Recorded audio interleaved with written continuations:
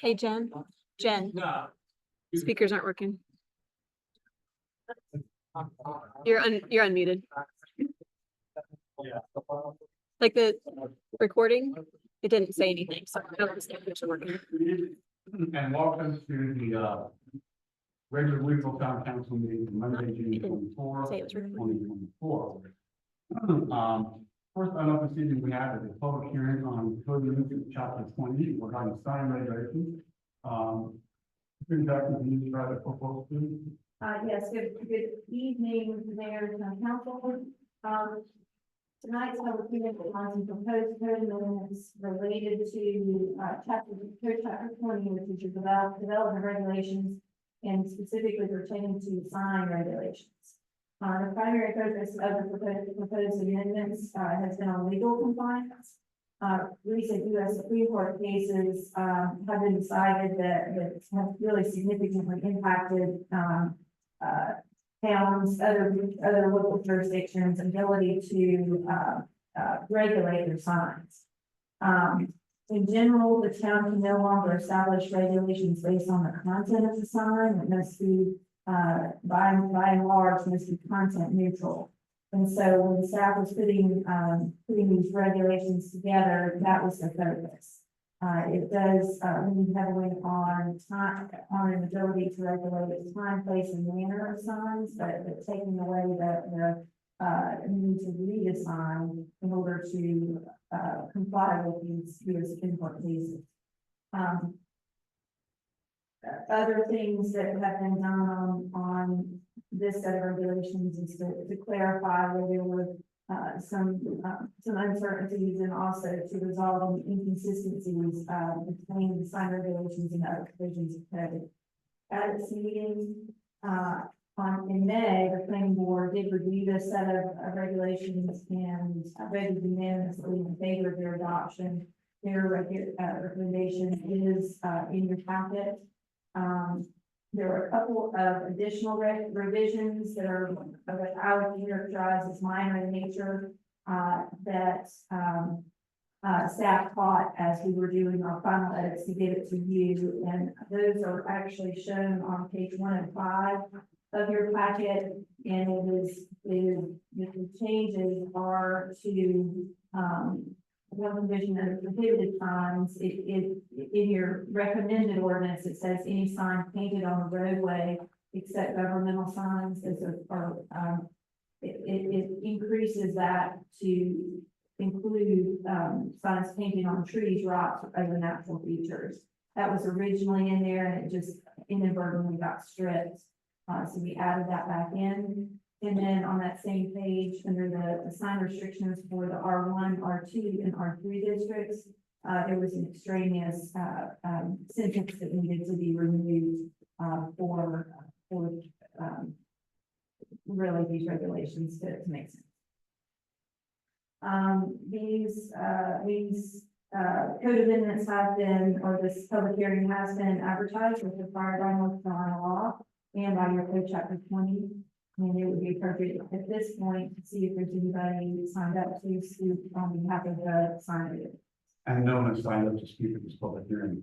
Councilman, do you have any questions from the attorney? I will note before you head off into town council, we have not received any written comments concerning the sign regulations. Thank you very much.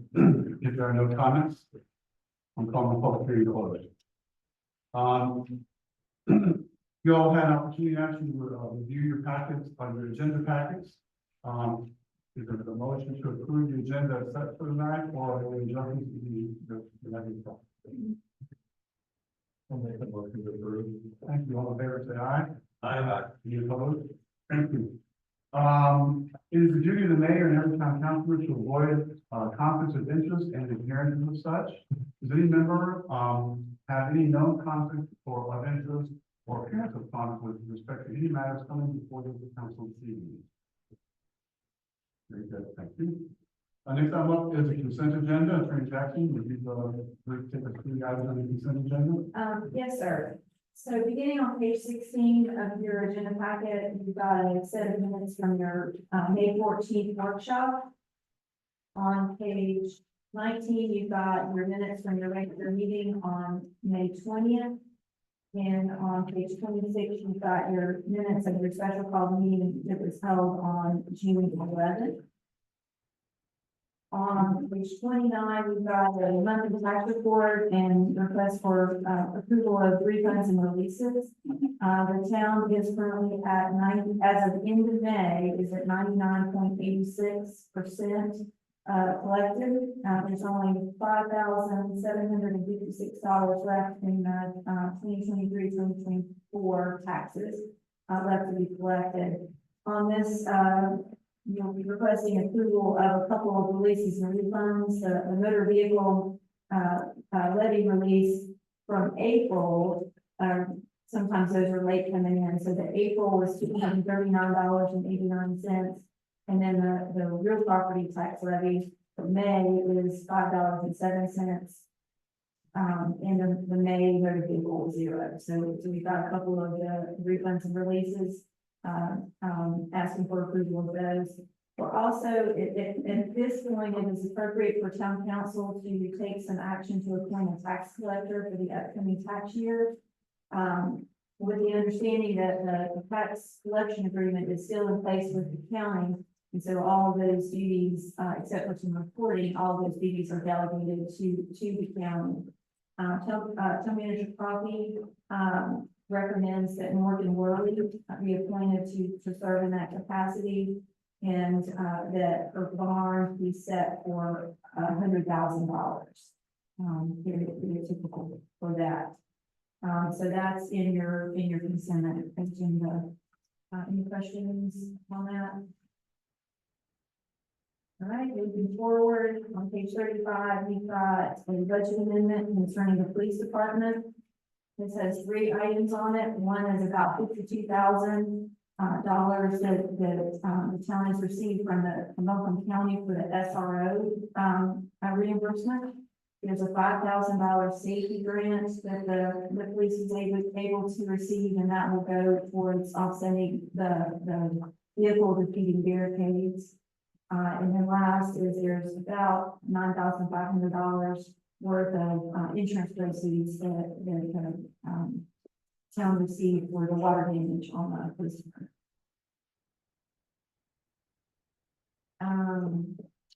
Next item is the Drivers Historical Museum lease agreement. This is on page 37. I have been working with the town manager, recreation coordinator, community center director, Sarah Myers, that's one title, as well as the Drivers Historical Museum representatives on this to essentially put in place a replacement lease agreement. And so this is something that's been negotiated and recommended. It's a 2-year term with one automatic extension for another 2-year term. And it does have some added language in there that allows the town to terminate with some notice if operational or facility needs town-wise reasonably requires that space. But otherwise, we expect that that lease will continue in large part how they have been operating. There was some modification of the language concerning the displays and making sure that we were very clear with the responsibilities concerning the displays. But otherwise, we expect it to largely go forward as is. Questions about that? On page 45, this is the ADA transition plan update. You have designated me as the ADA coordinator. And so about once a year, I report back to you what has transpired. And there's been a lot of progress this year. We saw the completion of the handicap parking spaces at the Lake Louise Park. And the installation of the new playground equipment that does include some ADA accessible features to them. there were 70 sidewalk ramps and driveway aprons that were, renovated, reinstalled, to really, increase the mobility along our sidewalks, in some of the downtown streets. It's amazing what a difference that makes, is that the old design really left, I don't know, 18-inch at most, clear pathway, which was not enough to really navigate through, whether you're in a wheelchair or a stroller or in a scooter. So, I think that's a big plus. And I think that there are only a handful left to work on. So that's really great. The parking lot behind Town Hall is currently slated for some improvements in the next couple of months. And with that, it will reduce the slope of that parking lot to allow a flatter surface for the handicap parking places, and also access aisles and not accessible routes for better access to Town Hall and community room with. We did have one complaint that we received fairly recently concerning the bathroom renovations at the Lake Louise Park. And that the plumbing, the sink was too high, if I remember correctly. And when Public Works did their renovations, they didn't really change any of the plumbing. And so they're going to go back and look at that and see what they'll focus on other issues, and that building is many years old, and so that will be addressed if it can be. Questions on that? Yes, sir. I have a question I wanted to hear.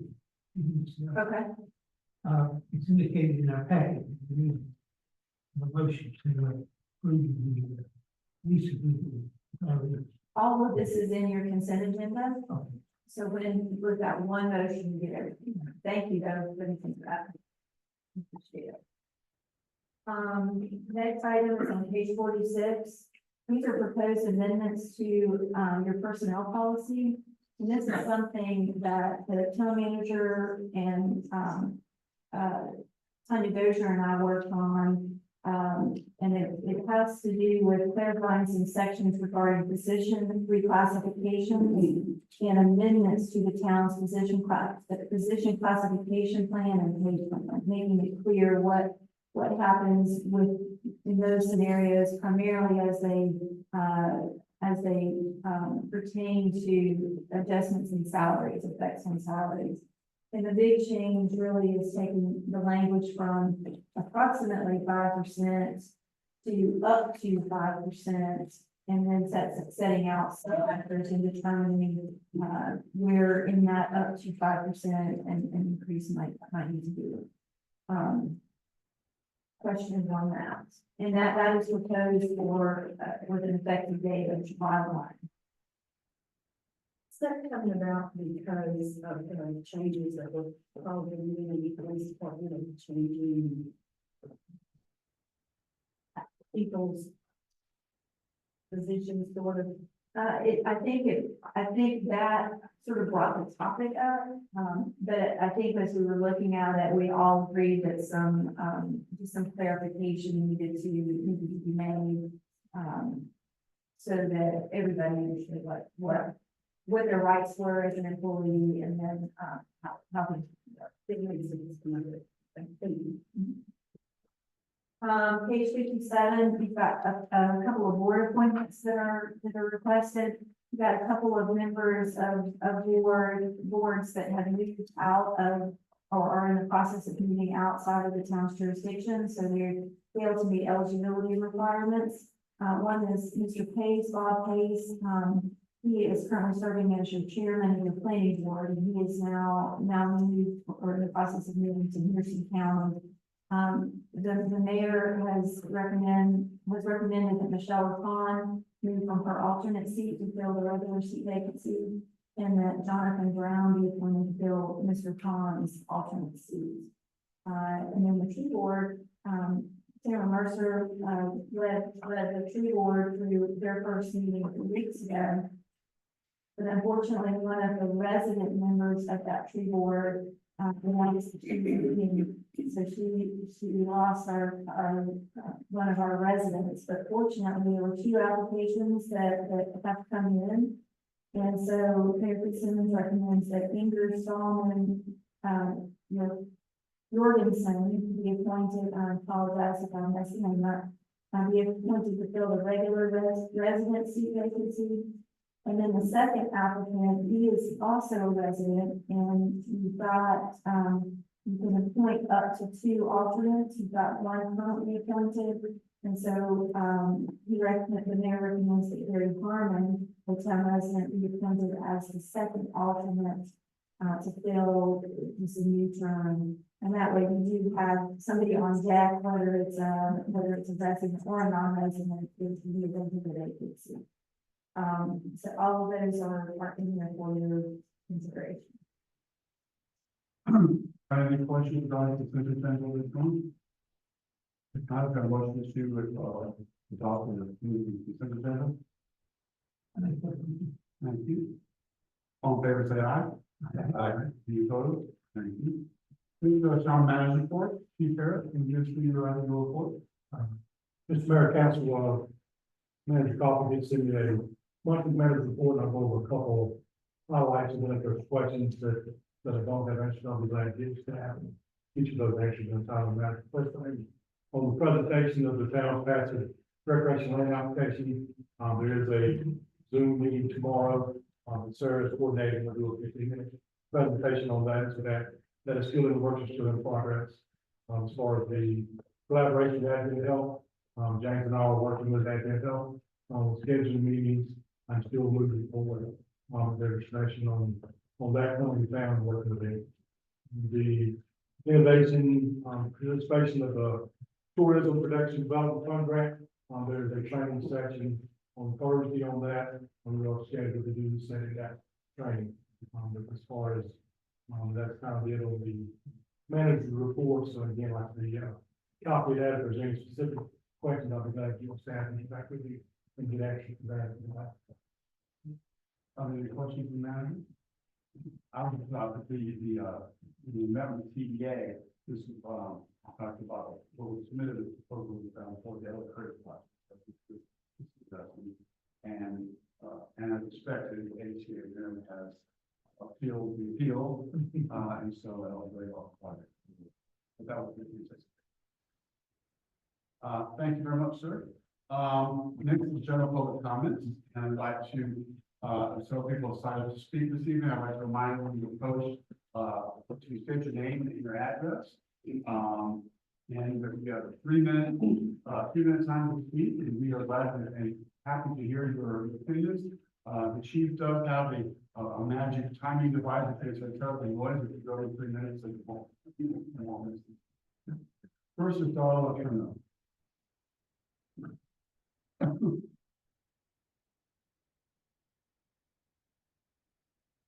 Darrell McDonald, resident, 16 North Shore Drive. Tonight, I ask council to be transparent with the public about what's going on.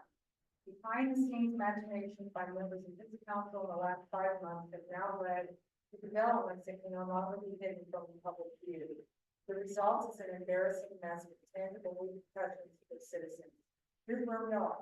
The town attorney submitted her resignation several weeks ago, effective July 1st. As of June 19th, town manager is on extended leave until July 19th. Fire Chief Harris is the acting town manager during her absence. Although these developments have been acknowledged in recent town public meetings and documents, the citizens have yet to be informed. We deserve to know what is going on and why. At the June 11th budget workshop, it was revealed that council members have been privately discussing the town manager's employment agreement for 5 months without reaching a consensus. Despite this being a routine part of the annual budget process, the employment agreement was omitted when the final budget was adopted at the June 18th budget workshop. Fulfilling this yearly council duty should be straightforward when you have a well-performing town manager and a council wants to retain them. Here are questions posed to council. What have you been doing for 5 months? Why wasn't this resolved before finalizing the budget? Did council assess the town manager's performance at the beginning of this process? If affirmative, was her competence and contributions to the community considered satisfactory? Was the negotiation regarding her employment agreement approached with the aim of retaining her? Alternatively, are there performance concerns prompting contemplation of her replacement? If so, what are the reasons? What steps does this council intend to take and when to address the issue? Since council hired town manager Coffey in 2015, Weaverville has enjoyed a period of stability that facilitated numerous accomplishments. Weaverville has earned the reputation of a well-run town with an outstanding team that is delivering exceptional services to its citizens under manager Coffey's leadership. Failure to approve her employment agreement and salary package promptly may result in losing our valuable town manager. Delaying this decision disrespects the town manager who deserves the full throated support of our elected representatives. Good leaders and staff have options to go elsewhere. If your inaction results in the departure of manager Coffey, you will own the outcome and all of its consequences. There are many challenges ahead facing our town due to accelerating growth. Now more than ever, we need a town council and town government that are working together to plan for and manage growth in ways that preserve the charm and character of this community that we all love. A great deal is at stake. We are counting on you to do the right thing for this community. Thank you. Thank you. Michael Stewart. I'm Dr. Michael Stewart, live at 12 Metcalf Drive. I've been a resident of Weaverville for 38 years. I'm one of the younger thinkers in that neighborhood. But I want to talk to you about relocating the pickleball court. Although our public works manager has been outstanding in trying to ameliorate the problem, it continues. The court presents financial, legal, and emotional harm. Legal problems. Lack of consultation from the town with the residents indicates a lack of due diligence.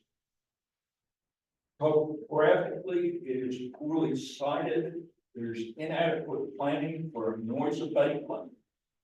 Safe extended noise is 40 decibels or lower. Hearing damage occurs with extended noise of 80 decibels. I recorded the court at 70 to 90 decibels, depending on how many players there are. And in my front yard, there's 50 to 60 decibels. The town should have followed first, do no harm rule rather than the majority rules in planning this. There are advantages to relocation.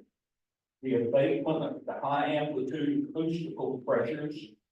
Those pickleballs perform when hit effectively between 1,000 and 2,000 hertz, to which, well, that's the most sensitive area for human hearing. WHO, the World Health Organization, gives an extensive list of the physiological problems caused by this kind of noise. By that abatement, you also reduce traffic, you reduce vandalism, and you eliminate, most importantly, the external obsolescence of our property values. Standard recommendation for a pickleball court is between 600 feet and 500 yards from residential areas. That information was available when this court was designed. It was not followed. There's no adherence to town noise ordinances, but the investment in the infrastructure can be effectively redirected without harm to the citizens. Additional upgrades to the existing courts are likely to be very inexpensive and overall ineffective. I refer you to the Centennial Colorado government report from Spencerian. I can give you that information later. Thank you very much. Thank you very much, sir. Mary Fox.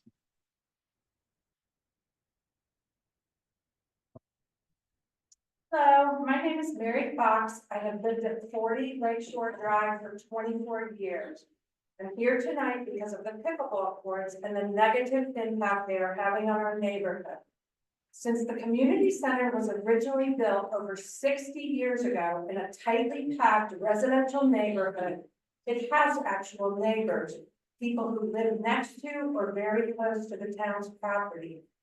We are the people that live on a daily basis with a neighbor who has inherited lots of money, tore down their small 1970s rancher, built a multi-million dollar complex, invited the world to come visit and play in their yard unsupervised, then goes home and does not have to personally deal with the fallout they have created.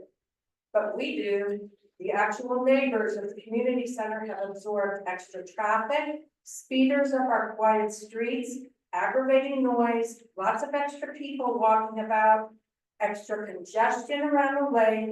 We've had to reroute to get to our homes and deal with the safety issues of an influx of outsiders we know nothing about.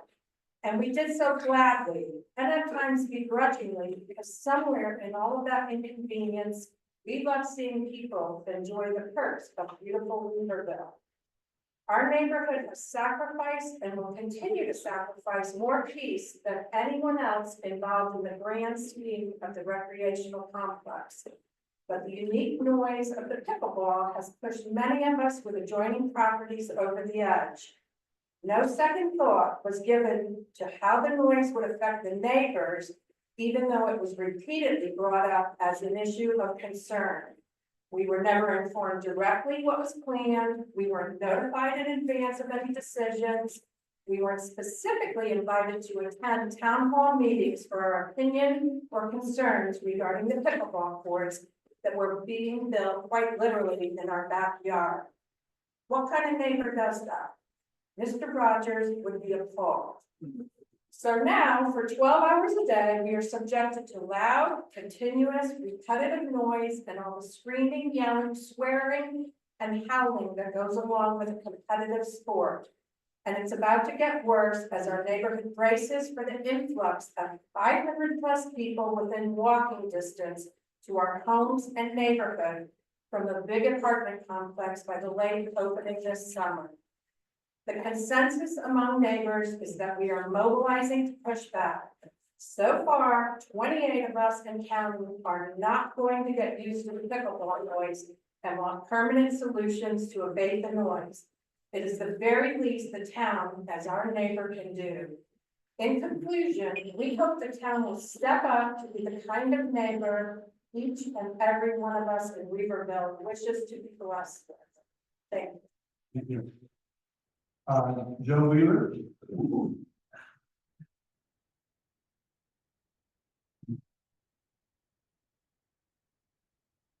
Good evening. My name is Joe Wheeler, and my wife Susan and I have resided in One Preston Court in Weaverville for the last 18 years. This is my first time speaking before the council. I am speaking against the annexation of Maple Trace unless the existing rules and regulations are complied with and signed off by Mr. Canal. But before I continue, I want to make clear that I have nothing against the people of Maple Trace. In fact, I would not be surprised if some would not be speaking in my place with our role in the world. As you listen to my reasoning, please keep in mind the definition for arbitrary and capricious action by government bodies. The rule of law starts at home. Definition. A rule is arbitrary if it is not supported by logic or necessary facts. A rule is capricious if it is adopted without thought or reason or is irrational. I urge you to consider this definition and listen to what I'm about to put forward. First, the HOA of Maple Trace's main argument for annexation is to give them a pass on rules and regulations of the town and the strong recommendations of the Public Works Department because the cost of compliance is too high. The 43% of the roads so far tested have failed, thus justifying full compliance. Second, North Buncombe County is experiencing explosive growth Our mayor has stated that the population of Weaverville will double in the next 3 years. Therefore, we are in the driver's seat when it comes to establishing strong terms for developments coming to the Weaverville.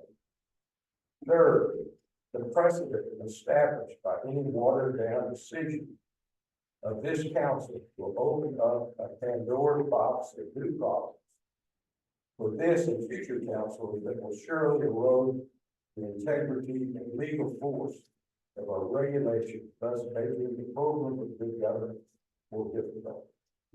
Fourth, and certainly of lasting importance, is the damage to the morale of Mr. Pennell and the entire Public Works Department without some rational justification for ignoring their work product. And don't think it's going to impact the work environment in other departments. In all four scenarios, I can find no logic, reason, or supporting facts to justify the council taking any action other than requiring Maple Trace to fully comply with all current standards now in force, including the recommendations of the Public Works Department before annexation takes place. Thank you. Thank you, sir. John Phillips.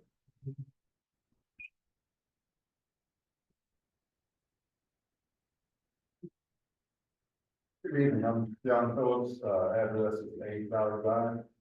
I want to make it clear that I'm speaking as an individual citizen, not representing my neighborhood. Background, I'm a degree mechanical engineer. I have 43 years of experience in the industry. And a lot of that is managing other engineering disciplines. I've basically managed all engineering disciplines from electrical to controls to civil engineering. I'm here to urge the council to listen to Dale Canal's recommendations regarding Maple Trace. I have a lot of respect for Dale and his professional opinion. Engineering, I will tell you for a fact, is not exact science. It's based on good science, but it's not, nobody can predict with certainty the timing of the failure of the streets or the infrastructure in that community or in the other community. However, directionally, the stronger the specifications, the longer the life of those communities is going to be. So, admittedly, the town's specifications are more stringent than the state. Direction, I think that's a good thing. If the town council decides to go ahead and adopt the annexation request, there's a risk that's involved. Nobody can tell you when it's gonna land on it. But there is definitely a risk. So, the other comment I would make, and I think it's clear to everybody, these specifications, both the state and the towns, are not new. They've been in existence for a long time. For the developer of Maple Trace to follow recommendations, specifications, not following Weaverville's, and then ask the town to annex them, is just gaming the system. And if you game the system and you're successful, you open the door for all other developers to do the same thing. I think that would be a mistake. Thank you. Thank you. Earl Boone. Good evening, I'm Earl Bruce. I live at 30 Bankstown Road here in Weaverville. And we have lived there for, in this house, 5 years in Weaverville. It's a great town. We really enjoyed it here. After we moved in, one of our neighbors, we love all of our neighbors, one of our neighbors decided to sell her house. And so they sold their house and moved. Unfortunately for me, it was sold to someone else who wanted to put in a short-term rental. And that impacted the whole neighborhood. If any of you are aware of the area down there, like the beach, most of us, and I hope I don't offend any neighbors, are senior. We're kind of over 60. So having a neighbor is extremely important. I think when you have children, neighborhood, having neighbors is important. who your children are gonna play with. And as you get older, your neighborhood is more important, who are your neighbors? So it was sold and someone bought it and lived out of state, I think in Virginia.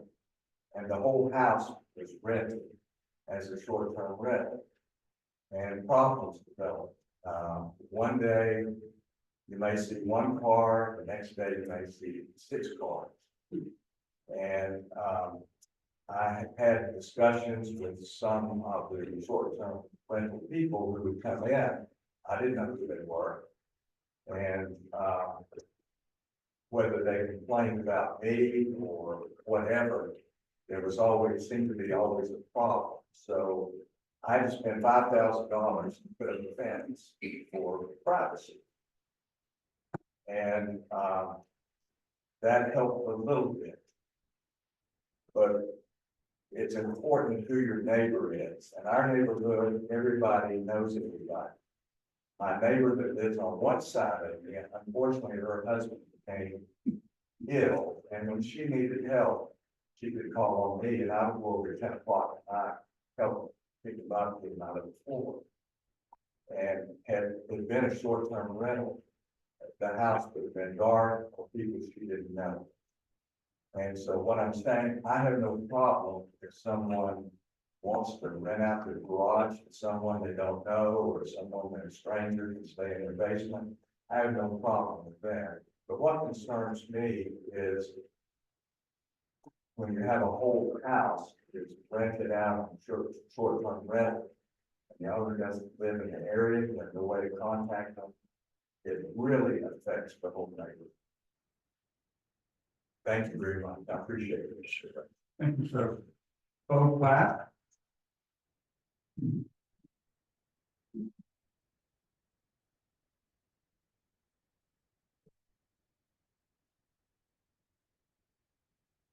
Good evening, I'm Bo Platt at Preston Court in Weaverville. And I'm a proud resident taxpayer of Weaverville, and thank you for the opportunity to speak. I wanted to address the Maple Trace development as well. I generally support annexations. Among other benefits, they allow the town to achieve benefits of scale in providing services, and it also helps to ensure that the surrounding community adheres to the regulations and standards of our town. But the Maple Trace situation, I strongly oppose the annexation.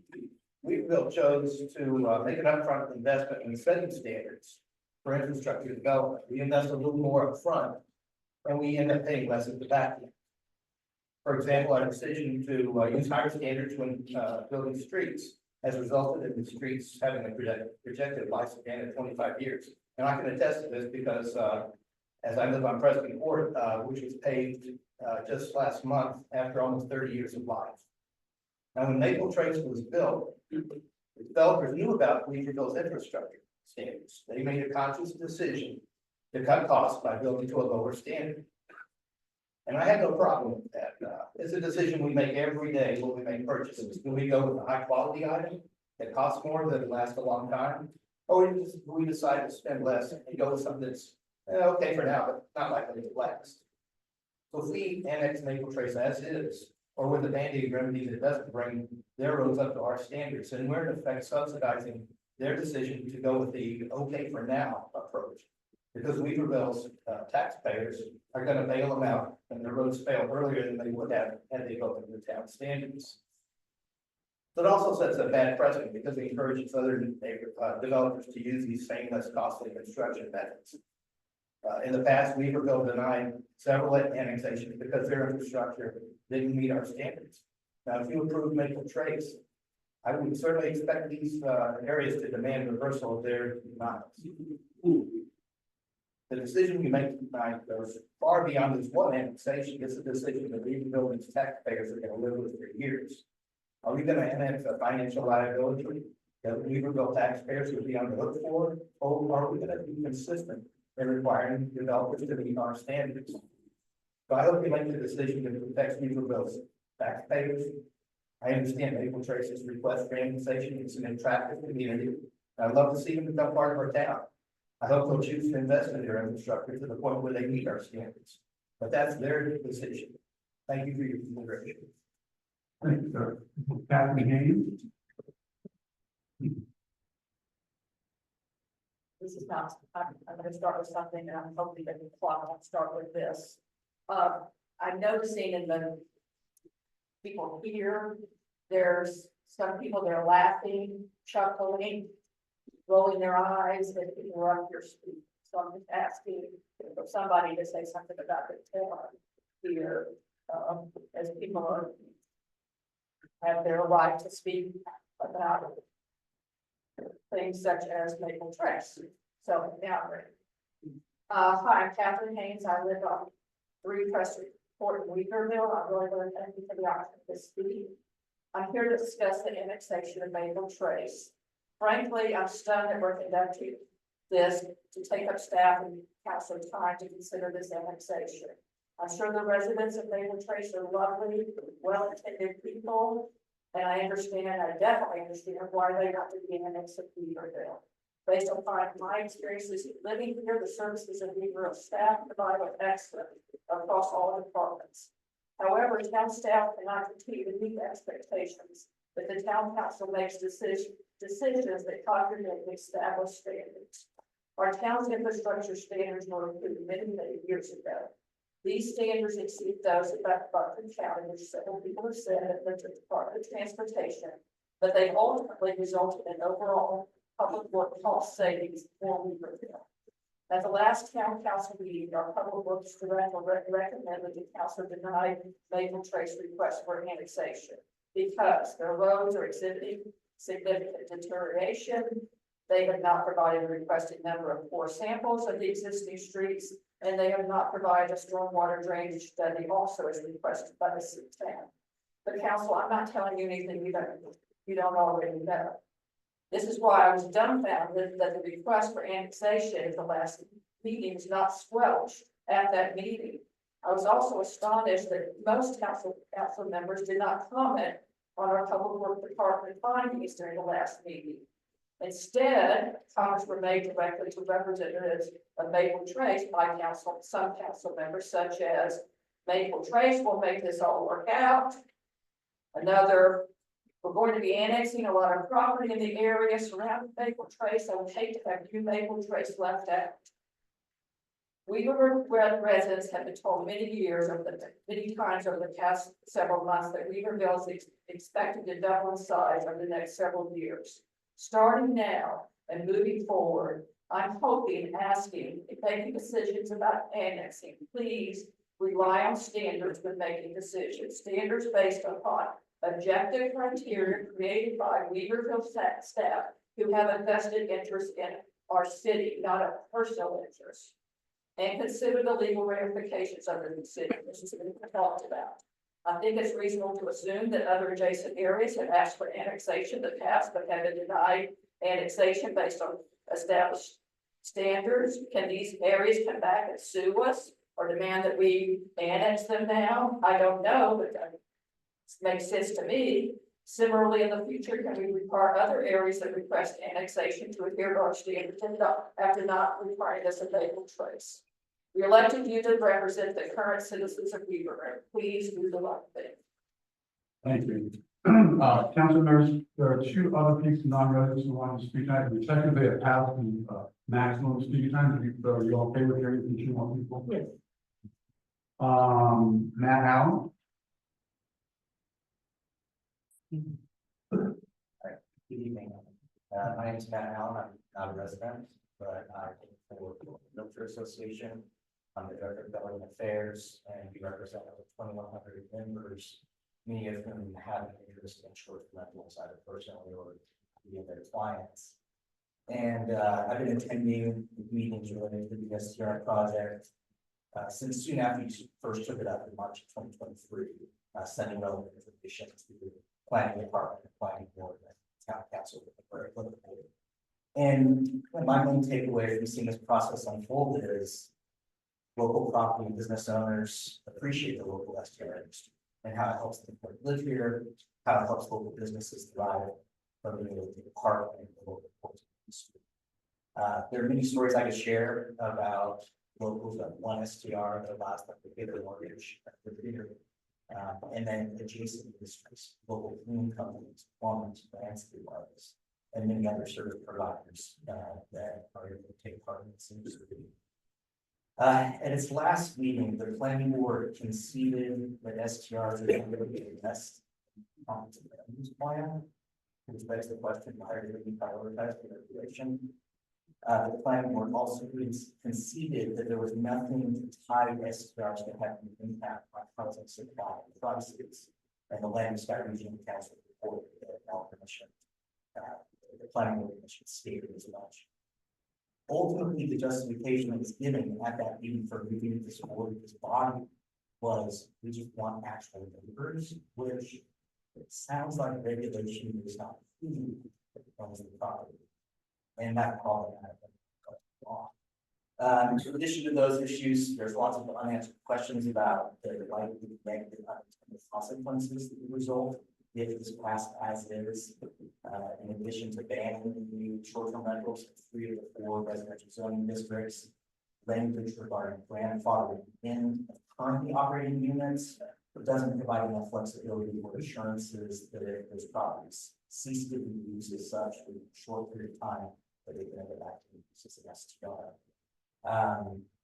We're not against doing all regulations. I think that clear since all the way back in April. We previously suggested creating a task force of various community members to craft their middle ground regulations.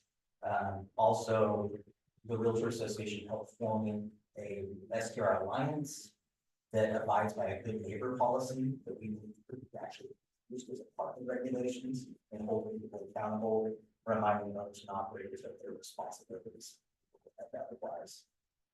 So thank you for your time this evening and for considering taking more time on an issue that will have an impact. Thank you. Thank you. And Julie Nelson.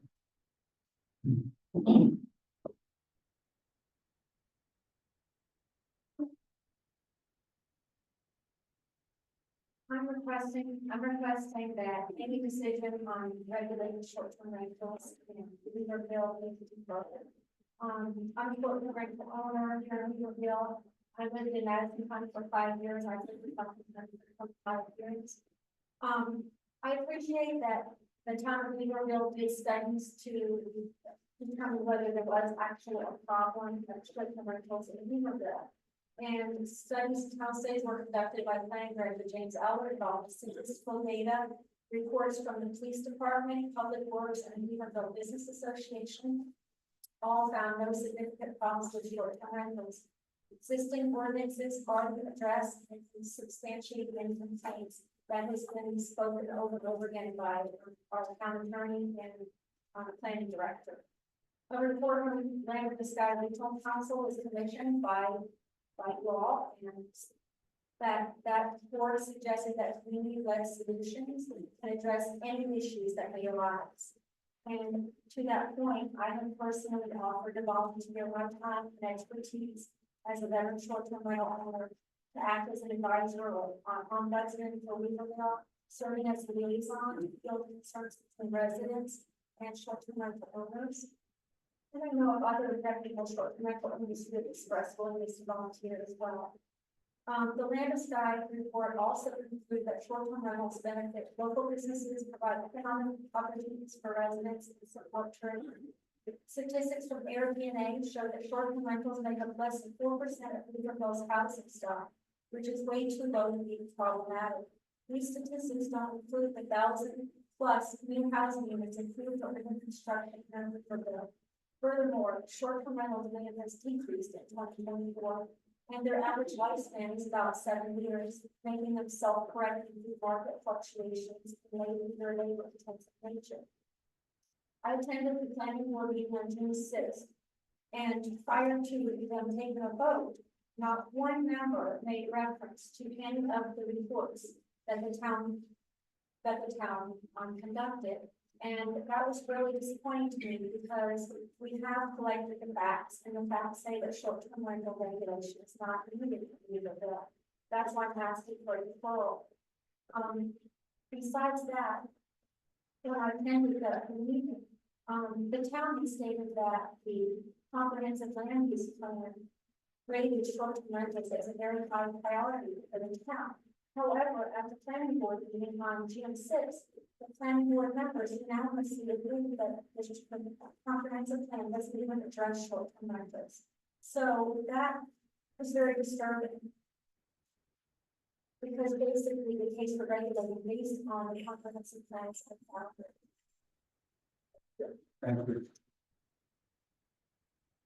Thank you all for, voicing your opinions. Mr. Mayor, if I could just add that staff did receive a few written comments. One, Michael Stewart, that he was here this evening, did send an email. There's a tool that, submitted an email that was indicating in opposition to Maple Place annexation. And G.W. Weber indicated that he was in favor of, SDR being, allowed to continue without it. Thank you very much. Just move into discussion action items, and the first item up today is short-term rental property. I think you will have the opportunity to read the recommendation from the planning board. And, discussion and see what y'all think.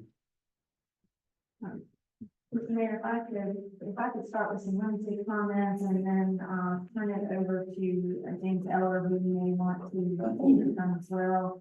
So the town's adopted comprehensive land use plan did set out the following as a high priority, and that was to study and consider regulation of short-term rentals. The planning board has been working on this project since March of last year. The first phase of the project was for them to learn and to gather some public input on the topic. And Land and Sky Regional Council was contacted with, and Taylor Christina took the planning board through that first phase. And that phase concluded in March of this year with a final report and presentation that she did to the planning board and then to town council. The planning board then shifted its focus to possible regulation as requested by town council on March 25th. Based on the information gathered at the planning board members, the input sessions, and essentially the planning board's conversations on April 2nd and May 7th, staff did develop a set of draft regulations. And at its meeting on June 6th, the planning board completed its review and adopted the recommendations to be had in the packet. That recommendation, anytime there's a significant split, they like to send up comments. There was a split on this. And so you will see that recommendation with various comments to hopefully to aid town council in your discussions. We don't have a town manager recommendation at this point.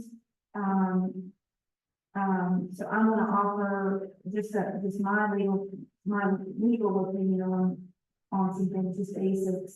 And then I would like, James Eller can speak to you as he was the project lead, staff lead on this project and has the information to give you, particularly around enforcement. Should you move forward. But we have, very limited legal guidance on short-term rentals in North Carolina. There's not a clear legislative statutory, framework with for this, but we do have case law. And for the time being, we do have some limited authority, and we have really considered that in the draft regulations that have been sent to you. And so it's my hope that what we do have is legally compliant. But I will say there's always a legal risk until this is settled by the state legislature as to exactly what we can and can't do. There is legal risk in this, including selective enforcement, which we will. I'm going to ask Mr. Eller to come and talk about enforcement with you. as well as just providing some staff information.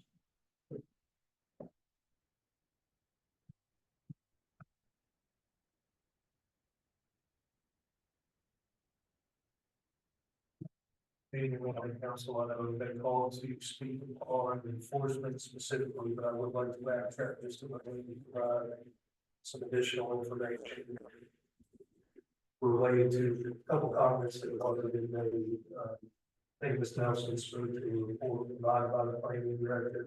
I think it was back to September 23, which I would like to read either again because I do believe that may have predated the council members, Lawrence and Wyatt.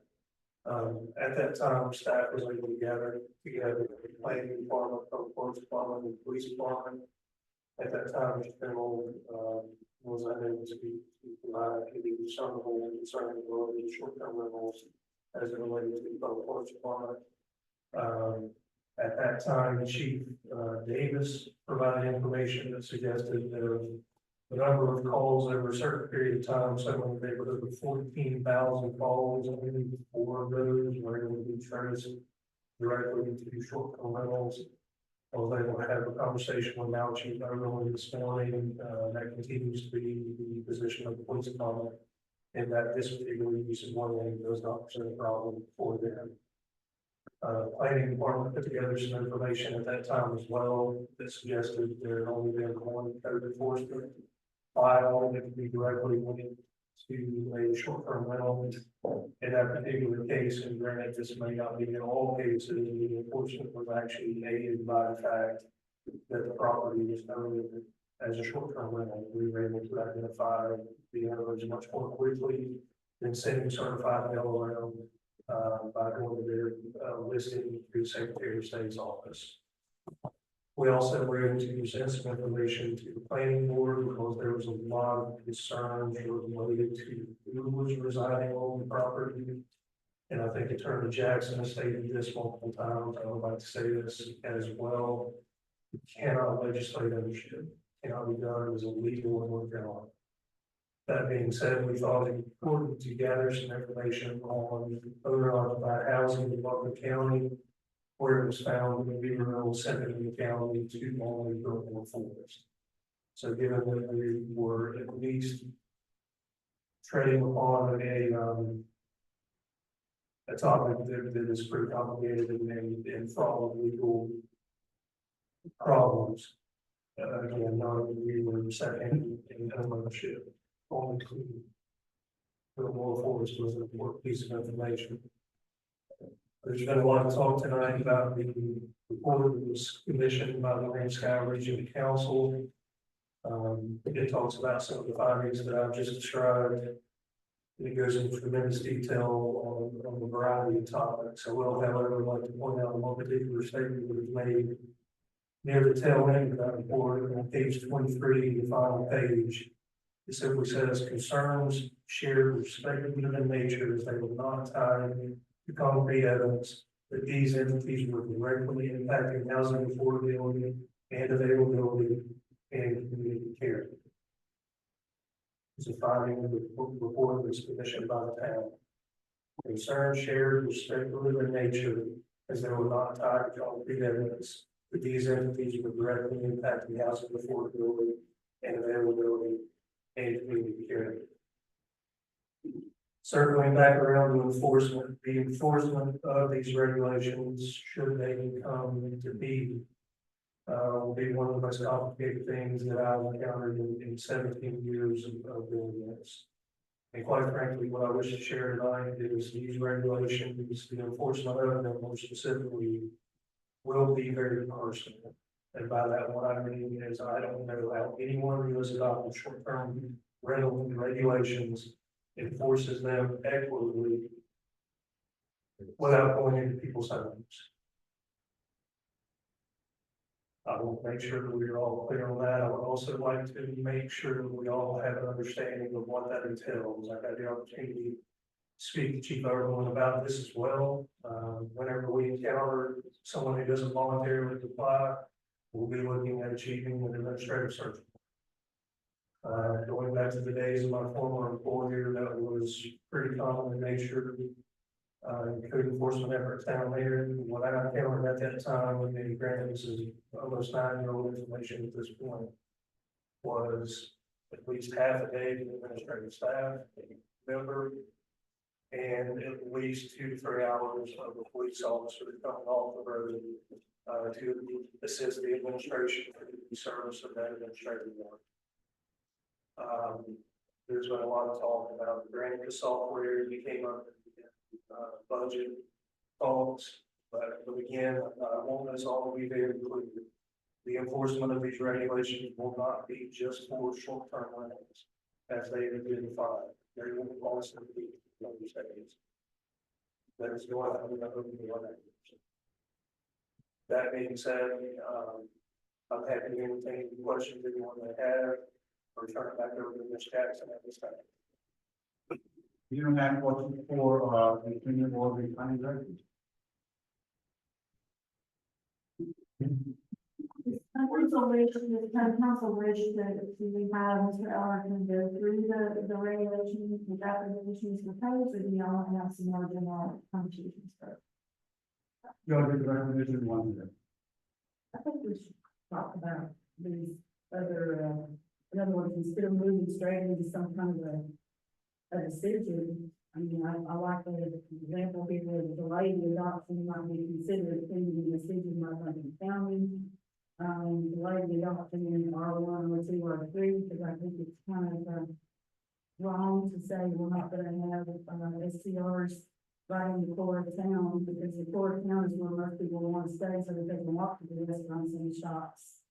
I mean, I understand that people want next door neighbors, but I also understand that one of the main things that a lot of people that have moved here in the last 20 years, they came to fell in love with it and then they came to stay to live.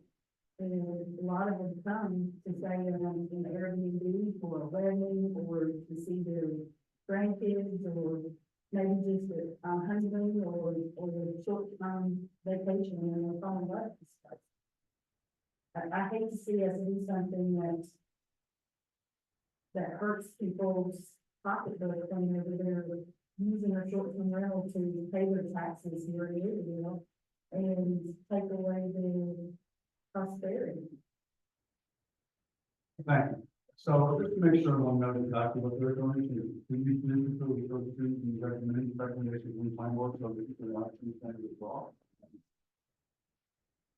As was noted earlier tonight, the recommendation from the planning board was not unanimous, which is in the world, but as Attorney Jackson stated, when we have a 3-2 vote, which was the case here, we wanted to make sure the thoughts on both sides of the issue were shared. Unfortunately, I haven't had those agreements, but they are incorporated into the recommendation from the planning board. What I can speak from memory on the regulations themselves, I think it's important to know that we have differentiated between whole house short-term rentals and homestays. The easiest way I can describe that as a homestay is where the property owner also resides on the premises.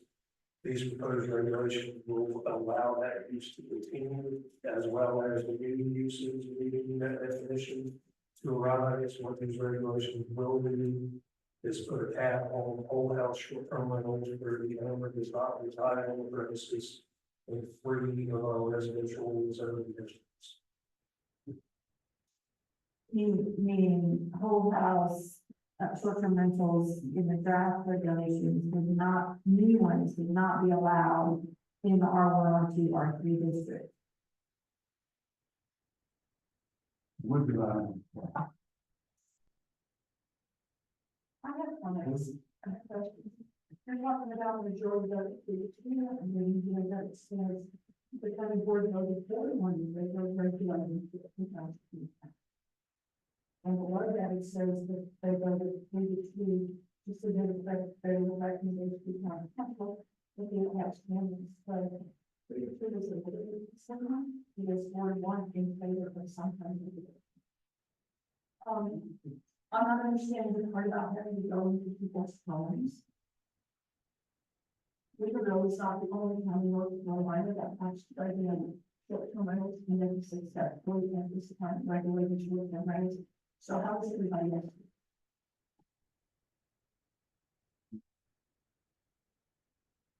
I'm afraid I cannot speak to those related to the enforcement mechanism in other jurisdictions that I'm not actively afforded in.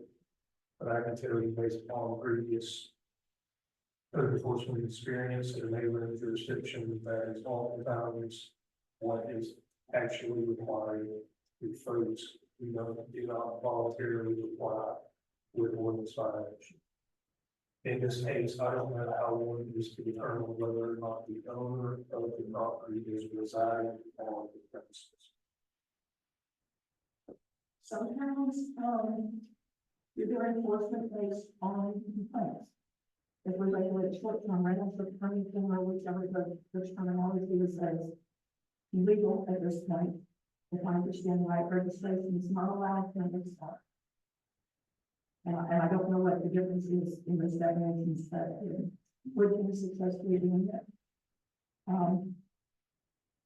What about somebody who works in the neighborhood, the vice mayor, they can get to the office without having to one neighbor to do that? It is another. Wow. If I could address a couple of your questions. So one of the things that the Schroeder versus Wilmington case did say is exactly that. You can have a zoning permit, but you cannot have a registration. And that means that what I would be uncomfortable with is a zoning permit that you have to renew every year. That starts looking like a registration meeting. And so this ordinance, the draft regulations does not include that. This is a one-time zoning permit, just like it's like a home occupation has to come in, give zoning permit. I do have concerns, you mentioned complaint driven. The problem with complaint driven, enforcement is that you do open yourselves up to some selective enforcement. And so that would be a risk, in this complaint driven. So we've all heard a lot about this issue from people, from all the angles. So this was and this is obviously very recommended.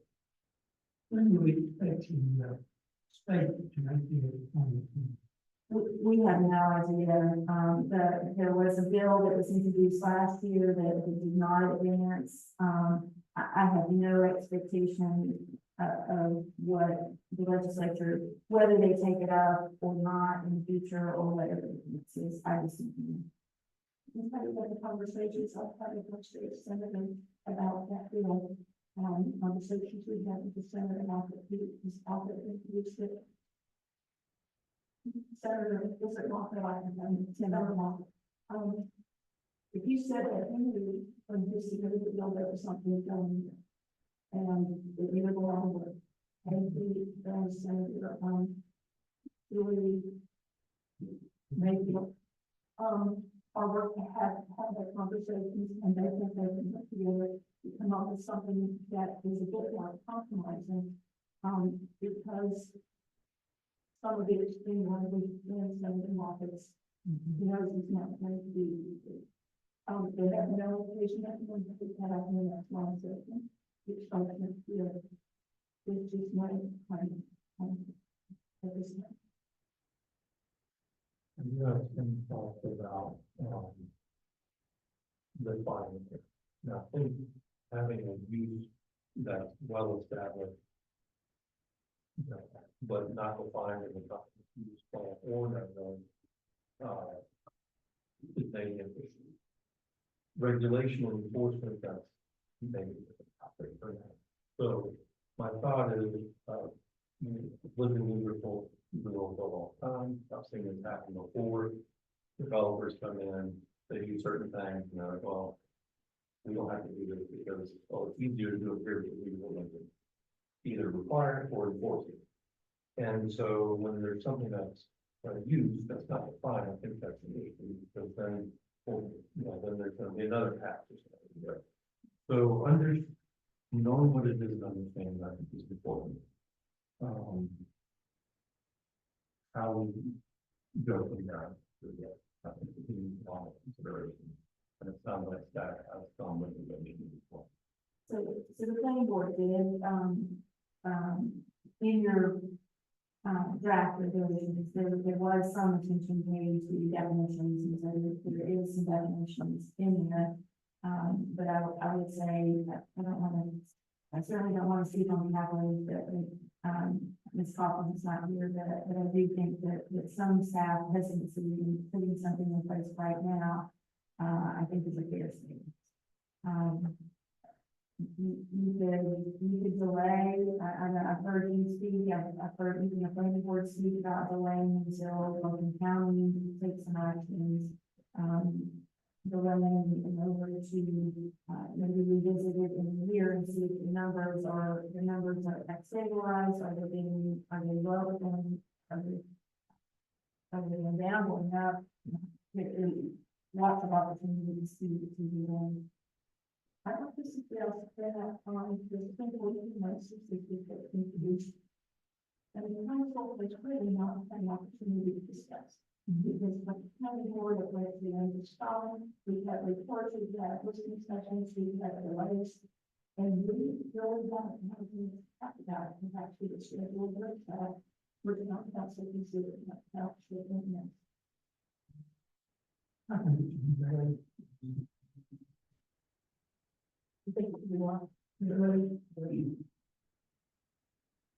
So council was suggested we do a workshop, the council can discuss it from the way, at least until after that. Probably that in July. Is that seem like a lot of money? I think that listening to what Lane and Scott told us was kind of like a workshop. I mean, they did all the legwork, they told us they was new. And I feel like old Southern saying, there's some people who understand, we just read what's the best, the 14 months. We have, this council has not. Of course, right now, the example. I would also be in favor of providing that actually, to see if we get more guidance from either the state or from the county. I will express my own opinion. I've had some negative experiences with short-term rentals personally. I would promise that my personal experiences would not cloud any of my political judgment. I think that the regulations as they are set forth here do not fit a compelling government arrangement. I don't think that they're narrowly tailored enough. And I think that they would be considered arbitrary, and I think we would be closing ourselves up for lawsuit that we would have to defend. And I think that the enforcement, and I said this at the last meeting about the Granicus, I said that's an issue. We shouldn't even be budgeting for that.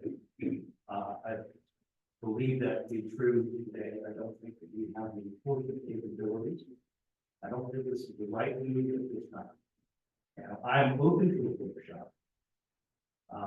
But at this moment, I don't see this on our list. I've been listening, I've been reading the emails and listening to comments, and I think we really need to pay attention to all both sides. And this is going to be a very hot button topic on both sides. But right now, I think there is a tremendous majority of those comments being from not regulated or from regulated. I'm listening to that. And I'd also like to suggest that the regulations and everything about regulating this in Buckingham County, which is a large providing more demographic than the county of Weaverville, are not. I would guess that Buckingham County regulations have a lot more things to consider than religious in the county of Weaverville. I wouldn't disagree with that at all. I would just add also that I've spoken with several downtown business owners, and unlike a lot of the areas of Buckingham County, they're very nice, quaint downtown, and is tourist friendly. And the opinions that I am hearing, at least anecdotally, is please don't do this. And I wonder if there's all the downtown residential, there are 85 at every house short-term rentals downtown residents in the, as paid for houses, that somebody cannot rent, that somebody cannot buy, that family cannot live there because we can instead. 85 is a lot of houses and residents without money. And it includes a living room right inside.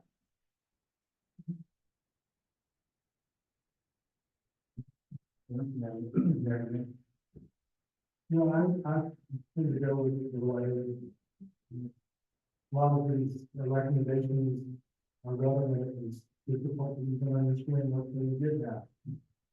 So I think these questions that need to be checked out, to make these more clear. And also, I believe that in general, when it comes to regulations on the things that we are having enforcement. And that's something else that has to be discussed. That's where the review is kind of pretty quickly. Interesting. So is there any action the council wants to take on that tonight? I just want to say one more thing, we've got regulations that I know that you don't understand. Maybe we've got a workshop to sort it out. We've got it, right? So if there's no action, I think what it sounds like, we need to delay this in action at this point, and we should do a workshop around the issue. That, you correct? So we just read it.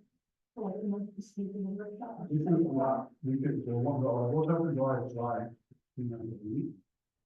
We could probably have something on that agenda, and I know that I can confirm your August workshop is, the planning board is agreeable to a joint meeting, after August workshop, and I think that's the kickoff, the comprehensive land use plan, talks, that maybe that's an opportunity to add this topic to that in order to get some information, some handoffs on that. So in August, we'll be having a workshop to the joint meeting, the planning, that maybe it would make good sense to have those representatives that want part of the conversation. Very good? Good. Next item D, make the trade transportation, and, Mary Becky, you. Thank you. So it's not to upset the town manager, I'm going to keep my comments, tonight largely focused on legal matters. The staff report that is in your packet does have some data points, such as anticipated revenue and impacts on services. That type of information should the invitation go forward and make the trade subdivision. So just a couple of legal reminders, I would say, council does have absolute discretion to annex property. It's up to you whether you change your borders and bring properties into the municipal limits. Town council also has discretion to accept or reject any offer of public street dedication. In other words, town council has the right to determine where its public streets are to be dedicated. Those are public purpose types of questions. But when you do so, if you've got policies in place, then you should be doing so uniformly, so that you don't end up with random, arbitrary decisions. The town streets, you do have legal duties, in order to, legal duties to keep them open for travel, free of unnecessary obstructions, and keep them in proper repair. It's those type items that I think Mr. Pennell is most thinking about when he submits his recommendation to you, on those. He's thinking that once you have a street and it's now public, it is our street to maintain and keep in proper work. Town must use due care to keep its streets and sidewalks in reasonably safe condition for their ordinary use. This isn't trivial matters. Town is not responsible, for instance, for injuries that result from a trivial defect that is not inherently dangerous. But there are situations where you do have to make sure that you are maintaining your roads. it's important to remember that the town must provide the annex area with the same package of services that you provide to your current residents. And I do think that there is a bit of a concern, in this, that the area that is to be annexed, maybe provided a more lenient set of standards than what you currently are, providing to the current residents. So I just point that out, to you as a concern if if Maple Trace comes in with the streets as is, that I really think that means that you need to, really evaluate your current standards and perhaps modify your current standards, so that there's not such a difference. I've said it before, Tony's probably said it as well, that we are concerned about the precedent that bringing these roads in, these streets in, might set for other subdivisions in town, currently in town, that have requested to have their streets be taken over and were not based on, either an uncertainty or a known, deficiency in town. So those are just some legal concerns.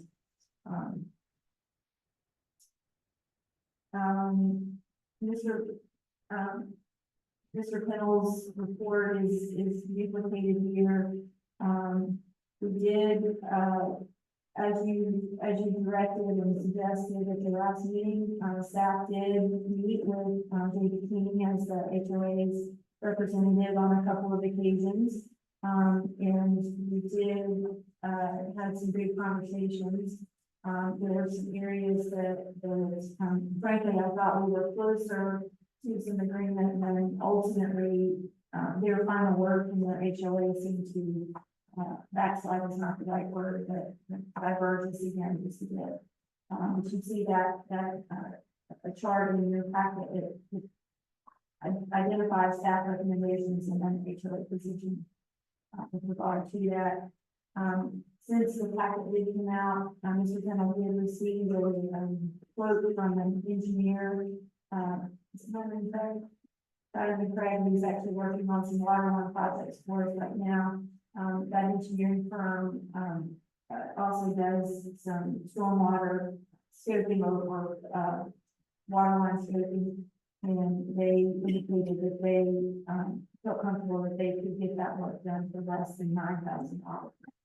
So it wasn't the $25,000, but I think was the figure that Mr. King threw out to you on the stormwater, which has not yet been valued.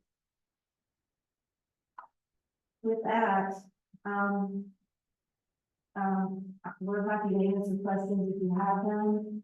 I propose town manager Coffee and I kind of worked through this cover sheet together. And so there's some questions posed in the event that that would be helpful for you to walk through the questions. So hopefully talk about this in future stuff they want. So I'm curious to what questions or comments you have.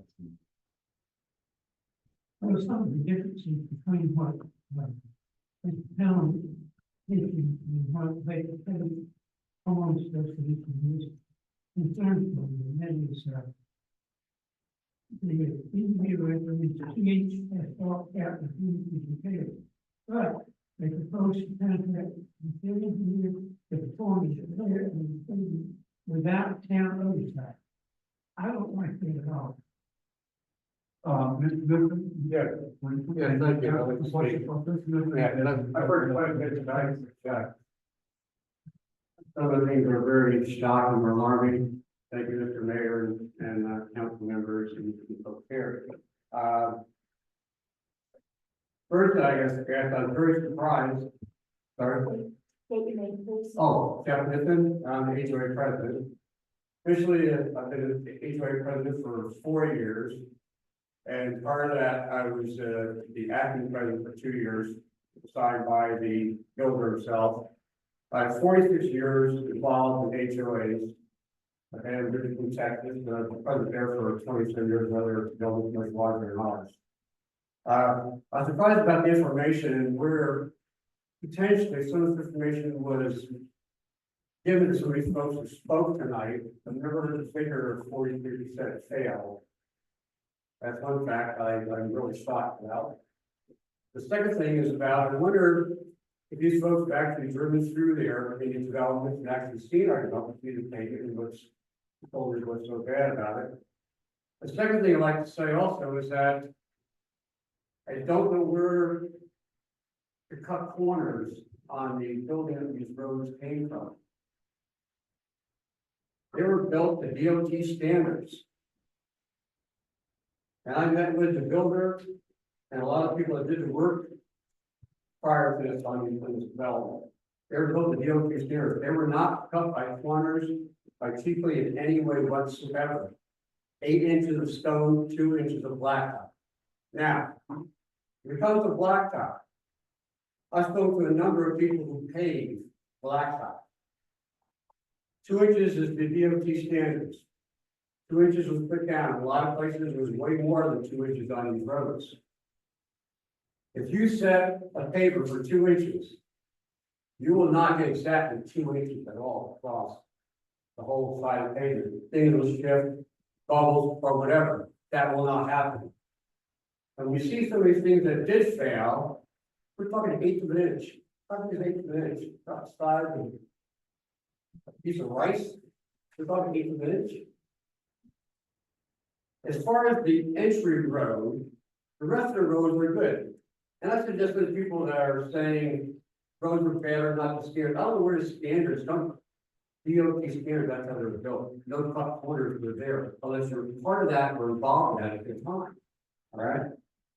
And I take this very personal because I think some people here have been gone astray in what was said, whether it was facts, or whether it was by just nonchalant talk, or by supporting someone else here. I don't know. The other thing I like to say is that the entry road, yes, has taken a beat.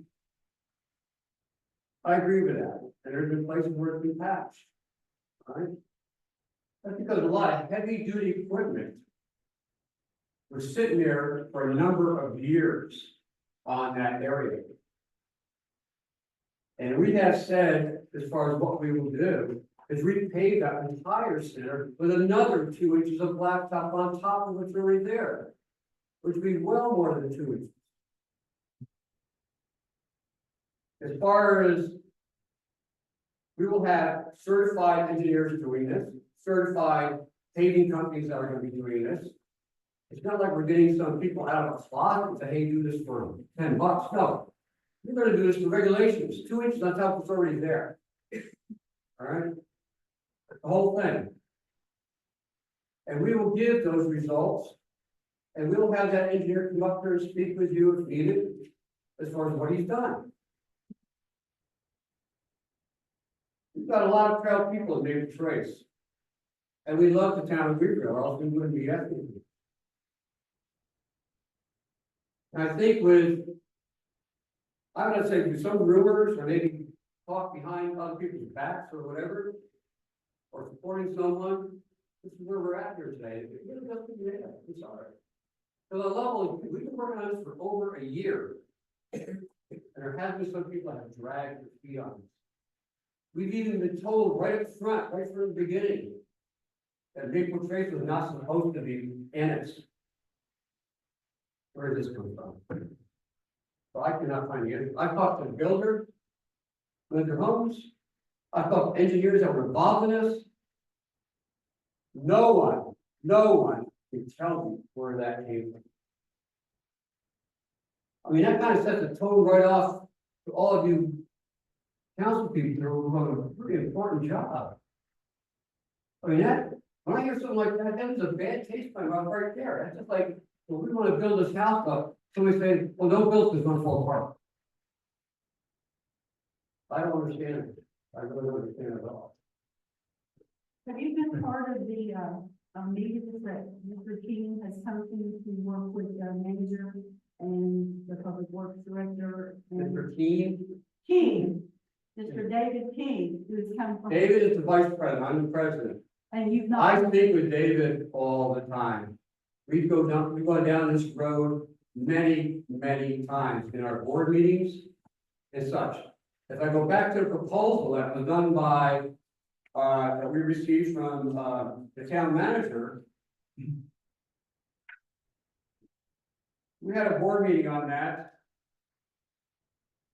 And they came up with $134,000 to pay that entry road. $134,000. We've talked to 2 different engineering companies, and they can do it for less, for the same quality of work. So I'm thinking to myself, you can get it for, say, 80 or 90,000, and somebody else saying, well, we'll do it for you for 134,000. What is that telling you? As a business person myself, I work with blue chip companies, high level of IBM and everything else. I don't question where's the difference in that, where's that money, where's the difference in that money? Is somebody talking that, where's that going? Or we're paying those people that are doing this? can I make a suggestion? You know, I come back to common sense. That's where I'm at right now.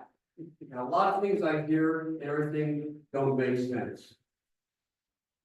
Go drive the roads if you think they're that bad. If your road, yeah, you need to do some work on it. So this is different, I just want to make sure that we got clarity here. I know concerns the council had with the empty road from the main road to the. Yes. So make sure what you all accomplish is that you will, repay that road so that it will meet or exceed your current council.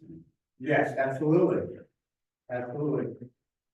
And, as far as the drainage for the storm drains, okay, working with the builder on that. Before he turned it over to us, as far as the HOA board, I said to him, I want these things inspected. He brought a company out, he inspected all those drains. All the drains were inspected and cleaned. Also, throughout the 4 phases of Maple Trace, everything that was done, whether it be stormwater, whether it be drinking water, whatever it may be, was verified and certified by the county. All those reports, approvals on those reports, came back to the town of Weaverville. They have all those. All those were approved by the county.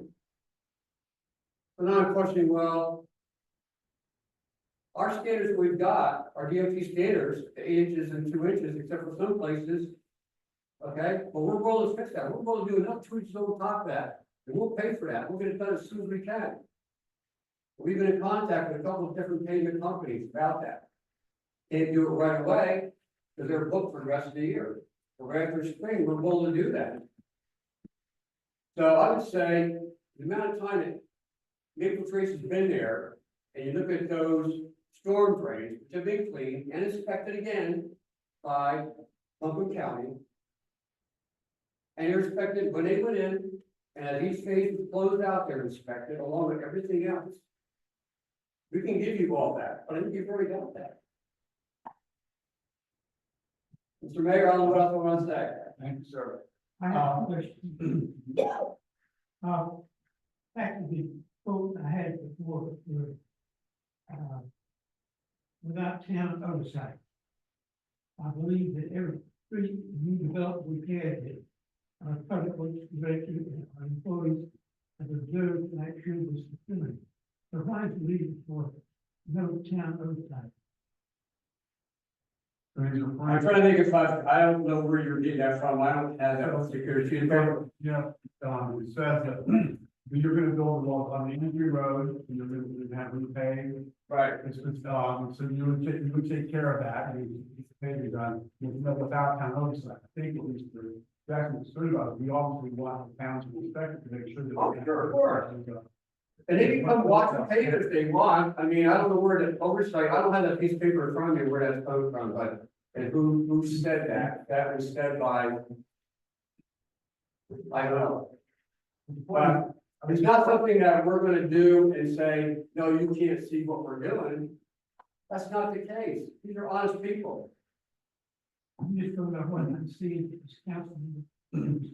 Hey, I haven't seen that, but What I'm saying is the town is welcome to come watch them as they tape it, to make sure it's being set at 2 inches if they want to. The town council can come out and see it, or Mr. Reed, come over, you can sit for a cup of coffee and watch it. And I have one question for our public works director. Of those, failures, that percent failures, how much of those are in the main, where they all fail?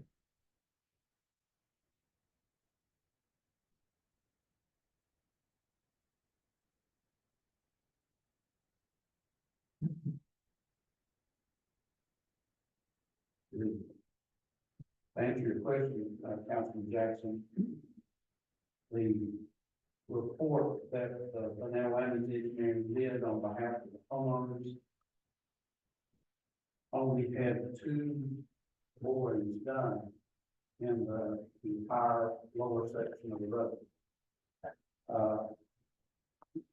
One of those had an 1.25 inches, 1 3/4 of asphalt instead of the 2 inches, so that was our minimum standard. The other one had 7 3/4 inches of stone, which is less than 8 inches of stone that our standards require. And I'll remind everyone listening that our standards are minimum standards. Our standards are average standards. And that was an important distinction at the last meeting that we had that I tried to make, and I think that's very perfect. That's good. If I could answer to that, it's also the answer what we're saying about the 7 inches. That's where this heavy duty equipment's been sitting on there. If you take gravel, you dump gravel on the spot, and you drive, I don't know how many tons these big cranes are, stuff that they use, or the graders that they use to grade the development when they're building this, or bulldozers and everything, that can compact it down in that area where they're sitting all the time. But there again, we're gonna go over top of that, initially with another 2 inches, another 2 inches. Other questions, comments, and council members? So it does. So the monies that are noted in this table are what the HOA will pay. Yes, according to Mr. Quinn's email to Selena on the. In our.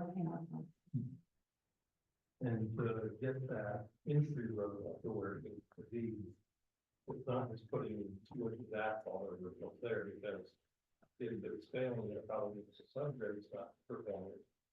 So it's probably a removal replacement. But, I would go to that. Thank you for that very clear picture. We're talking about here. I haven't seen anything about the specifics of estimates to pay the project. But our estimate is based on the current prices that we're paying on an in-street contract that's currently being done in town with it. That contract, when we repair a road that's failed, we just don't pay over the top of what's there. We actually remove the asphalt, proof roll the subgrade under it, to load it up to see where it's soft, where it's wet, where it's failing. Make those repairs to the subgrade before we put back in the stone that's needed and then the inches of asphalt. So, and the reason that particularly on this lower section of road that we say that's needed is that it already has failed. It already has patches. It already has patches that are failing. And so we feel like there are some very specific issues with that lower road. Now, the gentleman has mentioned how good the rest of the roads are. I'll eventually say that as those other roads were being built, truckloads of concrete, and building materials, and moving vans, and construction equipment along those roads as well. My point is that as I talk to Pisky, we don't know if those roads are safe to fail. This first road has failed within about a 7-year time in doing the project. And we say that probably could construct the road to last at least 25, at least 20 years before it leaves 90. And you build a lot, it should last 25 years when the present reports stays further. So I just want to make sure that we're talking after that. I do want to know that the proposal in front of the monetary and doing the repairs, it's significant.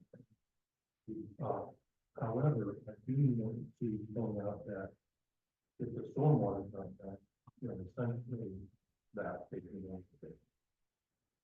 So we know that it will be multi-county development and go through stormwater approval. All that will be documented. I don't think we have that or have access to it. But it sounds like we can additional inspections and things. I don't have access to that information. And I was curious if you guys don't know this. One County does figure out stormwater evaluation on existing development. Is that correct? That's my understanding, county will, under any circumstances, without they would be supervised the construction of roads. In North Carolina, if they were private road, municipal road, they would say, the county simply is not a certain road construction. Yeah, I think my question is more about either we figure out stormwater inspection of existing properties or Fulton County. I'm going to tell you, I don't want to point us in the wrong direction. I spent my career saying, go and talk to the county about stormwater. It seems like there's maybe a lot of good information out there. It's my understanding that that would be true on the stormwater control measures that are under the permit, but probably not the drainage systems that are under the streets. But I know that Detroit does have the inspection that they have. I don't agree.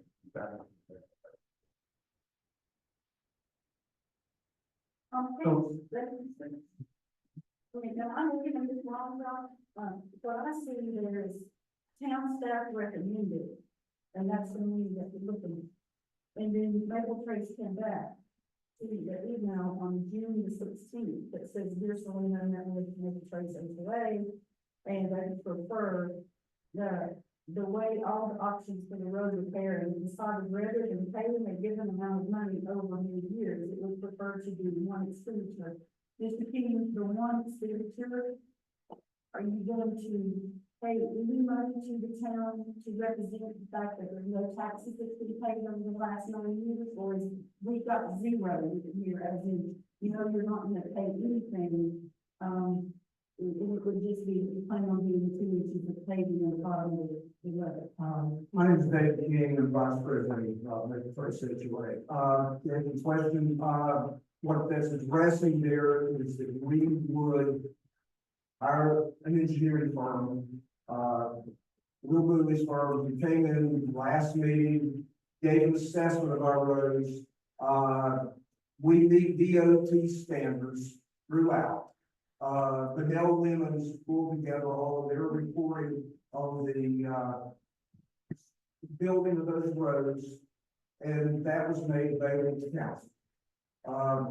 What we're proposing is that we would contract with Mr. Bowie's engineering firm to let the contract, to manage the contract. He would in turn for us hire Vanilla Lemons engineering to do all of the testing and measuring as it is being done. We would make all of that available to the town. And as far as paying thing, we were saying we would not pay to have the storm drains inspected. Because we can make available the Vanilla Lemons reports, field reports, as it was being installed. We can make available Mr. Bowie's firm's field reports as it was being installed. These drains are the catch basins are precast concrete that come and are installed on site. They're not poured there. They know what they've got. The drain pipes themselves are of a high density molecular material. They have in excess of 100-year life. These drains have not been, the longest one's probably been in there less than 8 years, somewhere around 8 years or so.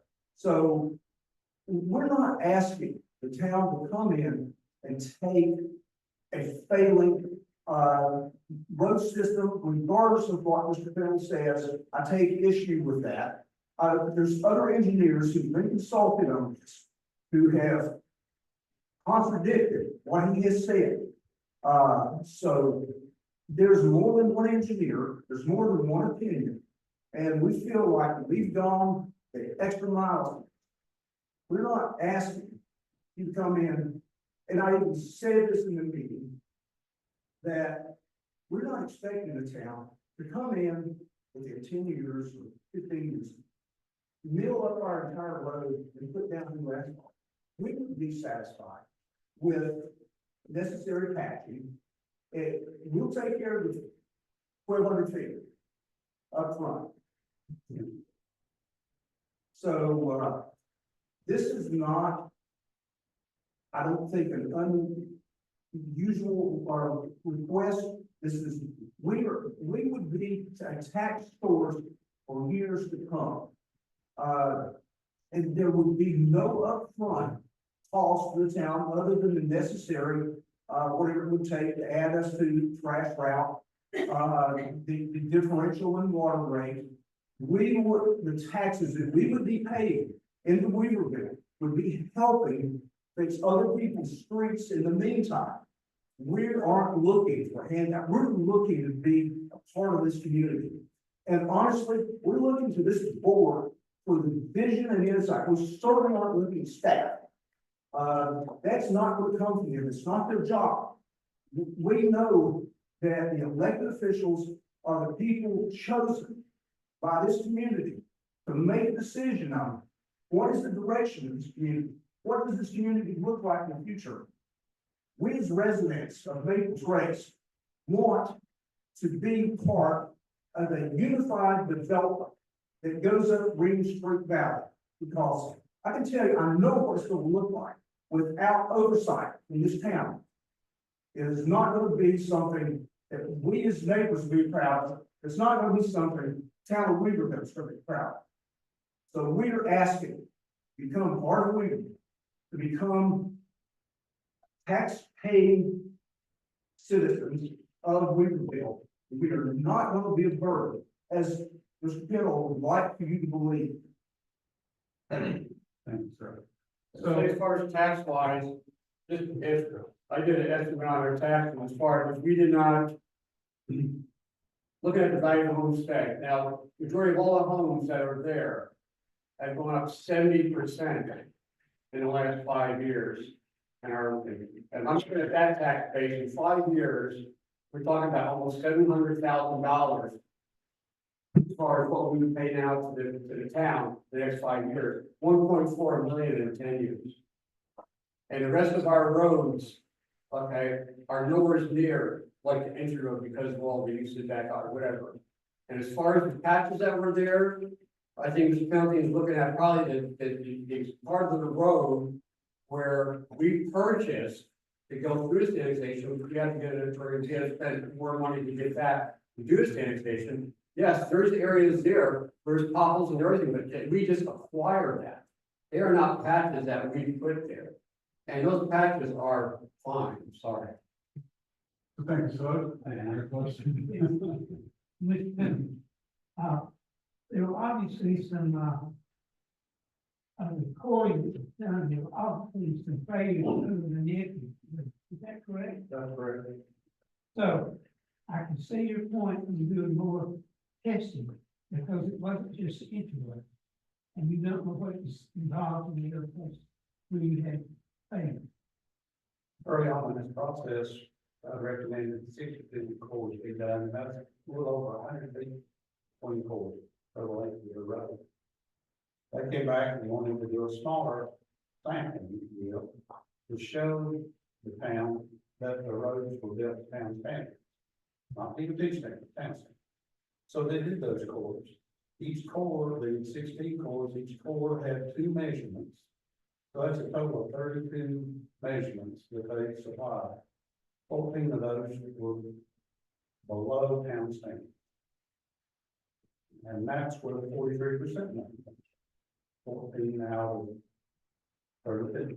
So, yes, that's the reason that, it's the reason for the cores was to show us that they met town standards, and the standards were not met by 14 out of 32 cores. That's why I'm saying that we need additional cores.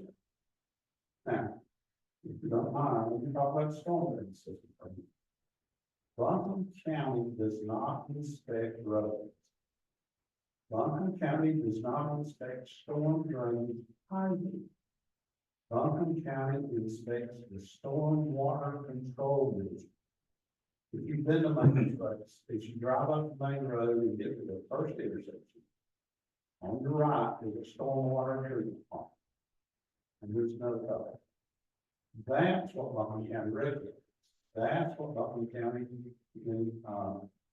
has a operation and maintenance plan filed by the developer and the engineer that requires those ponds to be inspected once every 3 years to see if they're adequately functioning. And nothing to do with the stormwater pipes that are under the road. That's what our concern is. If the pipe fails, and it was correct, it goes to catch basin down one side of the road, and then occasional pipes across the road. The pipes that are under the pavement, they're under the curb of gutter. One of those fails, it's a leak. That's where our sinkhole is. And those are very expensive to repair, not only the pipes and the material and the digging and the treatment, but then also the repair of the surface of those pipes. That's, and the pipe with HDPE corrugated plastic pipe, there's this pipe. I don't know if those pipes are properly joined together, if every one of the joints, throughout 5,000 feet of pipe. There's 70 drainage. I don't know if every one of those, including the great one, the top of it, has been built on without inspection. And the bottom line is,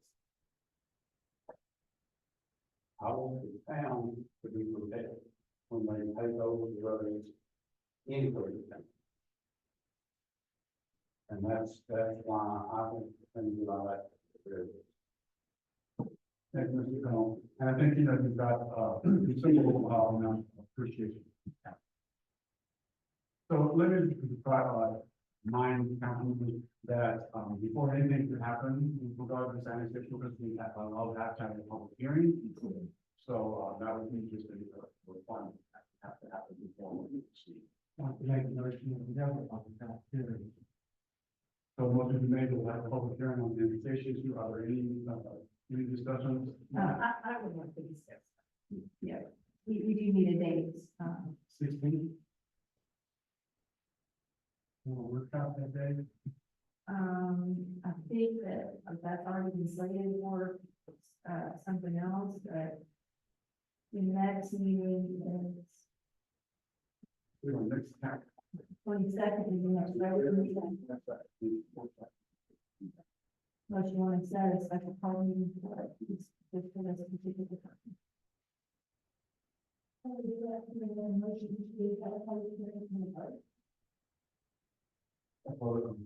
Is to have a public hearing? Yes. Yes, a public hearing first. We can't. So there's a motion, yes, so the motion is to have a public hearing. If you want to decide that as a, do you want to have a public hearing motion? You can do that and let some council ask, answer that, and then go in and set the date for it, with the separate motion. Is that what you're? You were saying, set the public hearing and vote on the product. Yes, or if we need to do one second. I just. Well, if we do the public hearing, then we have to do, we just have to make another motion. Do they have a vote with that thing? You can. I think that's, I consider it traditional what we've done, it's not, I think it's law. Often have a public hearing, and we have a vote at the subsequent meeting, so we don't want to be parents that have public hearing, but right after it. Right. Understood. Right, but that would be the next meeting, and four, That's that, one second. that's right. So have a public, so we do have a motion on the floor. Councilmember Lawrence has made the motion to set a public hearing. What I'm trying to get to is it just in general, or do you want to set it for that July 22nd? Just, the 22nd. So motion to set a public hearing on the annexations and of Maple Trace subdivision to be held at 6 p.m. on July 22nd. If some of the application is pushed up, then you go forward. I agree, that's what I wanted to say. So the application, so the annexation application is actually complete. I think what you're referring to is there was a resolution that this board adopted, back in,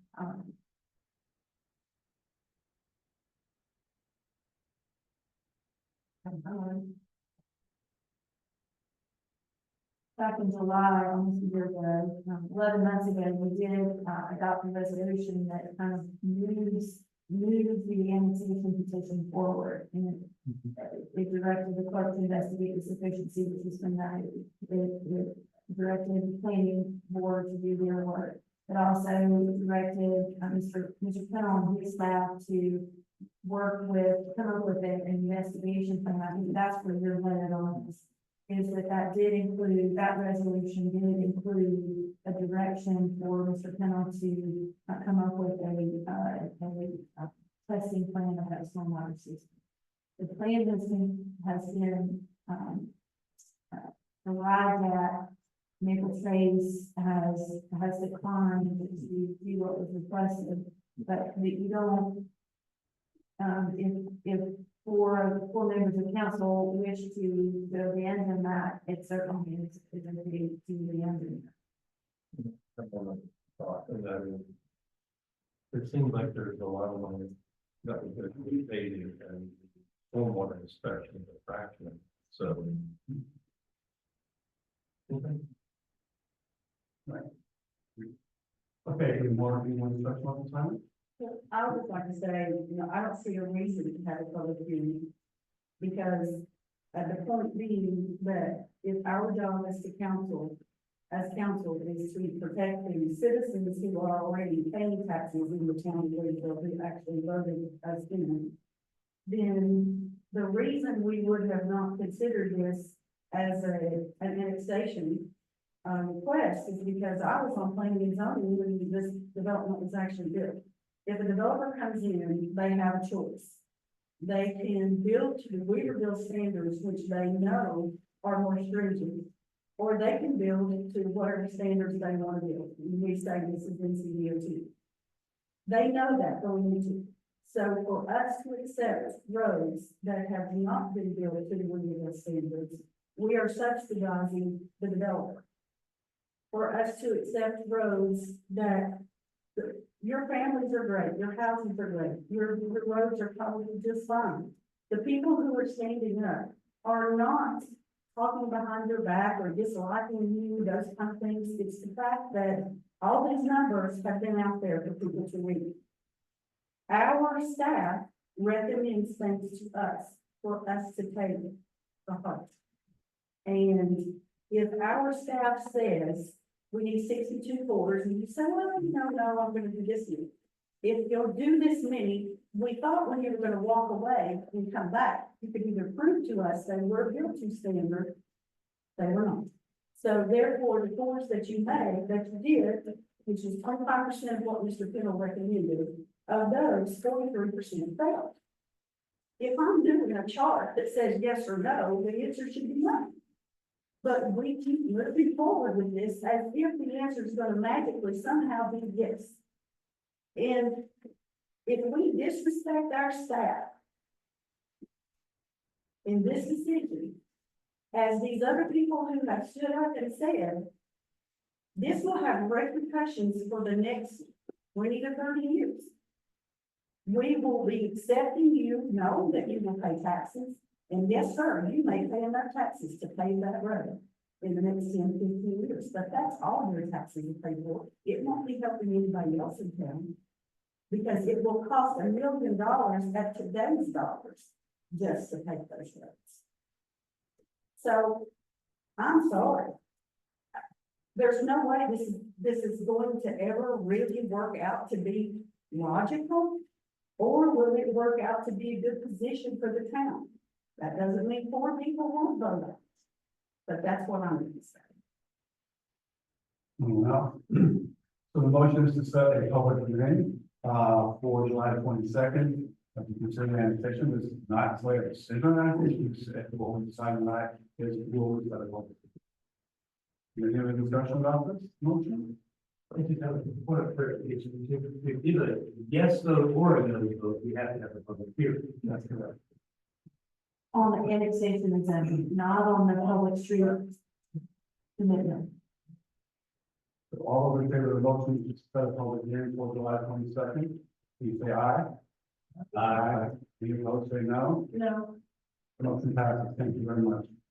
Next item is item C. No next item for this, we have our sign regulation. Need to negative vote on. That's exactly right. If you didn't have any questions during the public hearing section, I'll offer, one more time to answer any questions for you on this ordinance. Essentially what this does is it puts the planning board recommendation into ordinance format. If you wish to proceed with this, which is recommended, you need a motion to adopt the ordinance. Could be one. So if there are no questions on this item, is there a motion to adopt the condition? Any more discussion? All in favor, say aye. Aye. Any opposed? Thank you. Next item is item D, more preliminary, regarding recreation complex. Yes, so the recreation complex has been operating under a set of temporary ones since it opened early February of this year. Community Center Director Sarah Myers has been working with a very active citizens group, a lot of pickleball experts to try to establish some reasonable temporary rules for the play on these courts. Now that several months of activity have passed and some tweaks to what they had originally thought would be good, they are ready to ask you to formally adopt some of these rules into the code. And so there are two things that are happening with this ordinance or proposed ordinance. First of all, it does incorporate the existing temporary rules with some slight modifications to deal with recent things like the amplified sound, amplified music. That's a new rule in this that we haven't seen before. As proposed, it does provide the town manager with some limited authority on how the courts are to operate, what with some specificity, hours of operation. Yet it gives her the authority to close the courts temporarily for good reason, things like that. It also asks that the code section 16.1, which is your fire alarms ordinance, where it lists the facility, the town facilities where fire alarms are prohibited, and adds the amendments that would prohibit firearms at the rec complex and also the playground itself. You can't, under North Carolina law, you can't just say the right to use firearms are prohibited because folks are legally entitled to walkway, streamways, open space areas. You are legally allowed to have firearms, but I certainly take the position that the playground is an athletic field, and therefore we can't prohibit it on the playground as well as the sports courts. There is an ordinance drafted and proposed This does not, this is a general police power ordinance, so it does not require, a public hearing. That's put into effect. And it doesn't require a second reading if we get more than, we get six out of the second. So are there questions or regarding this amendment? And, there are none, can I have a motion to adopt the amendment regarding the regulation complex. Oh, that was. Thank you, Vic. All in favor, say aye. Any opposed? Thank you very much. Item D. Water line acceptance at 9:20.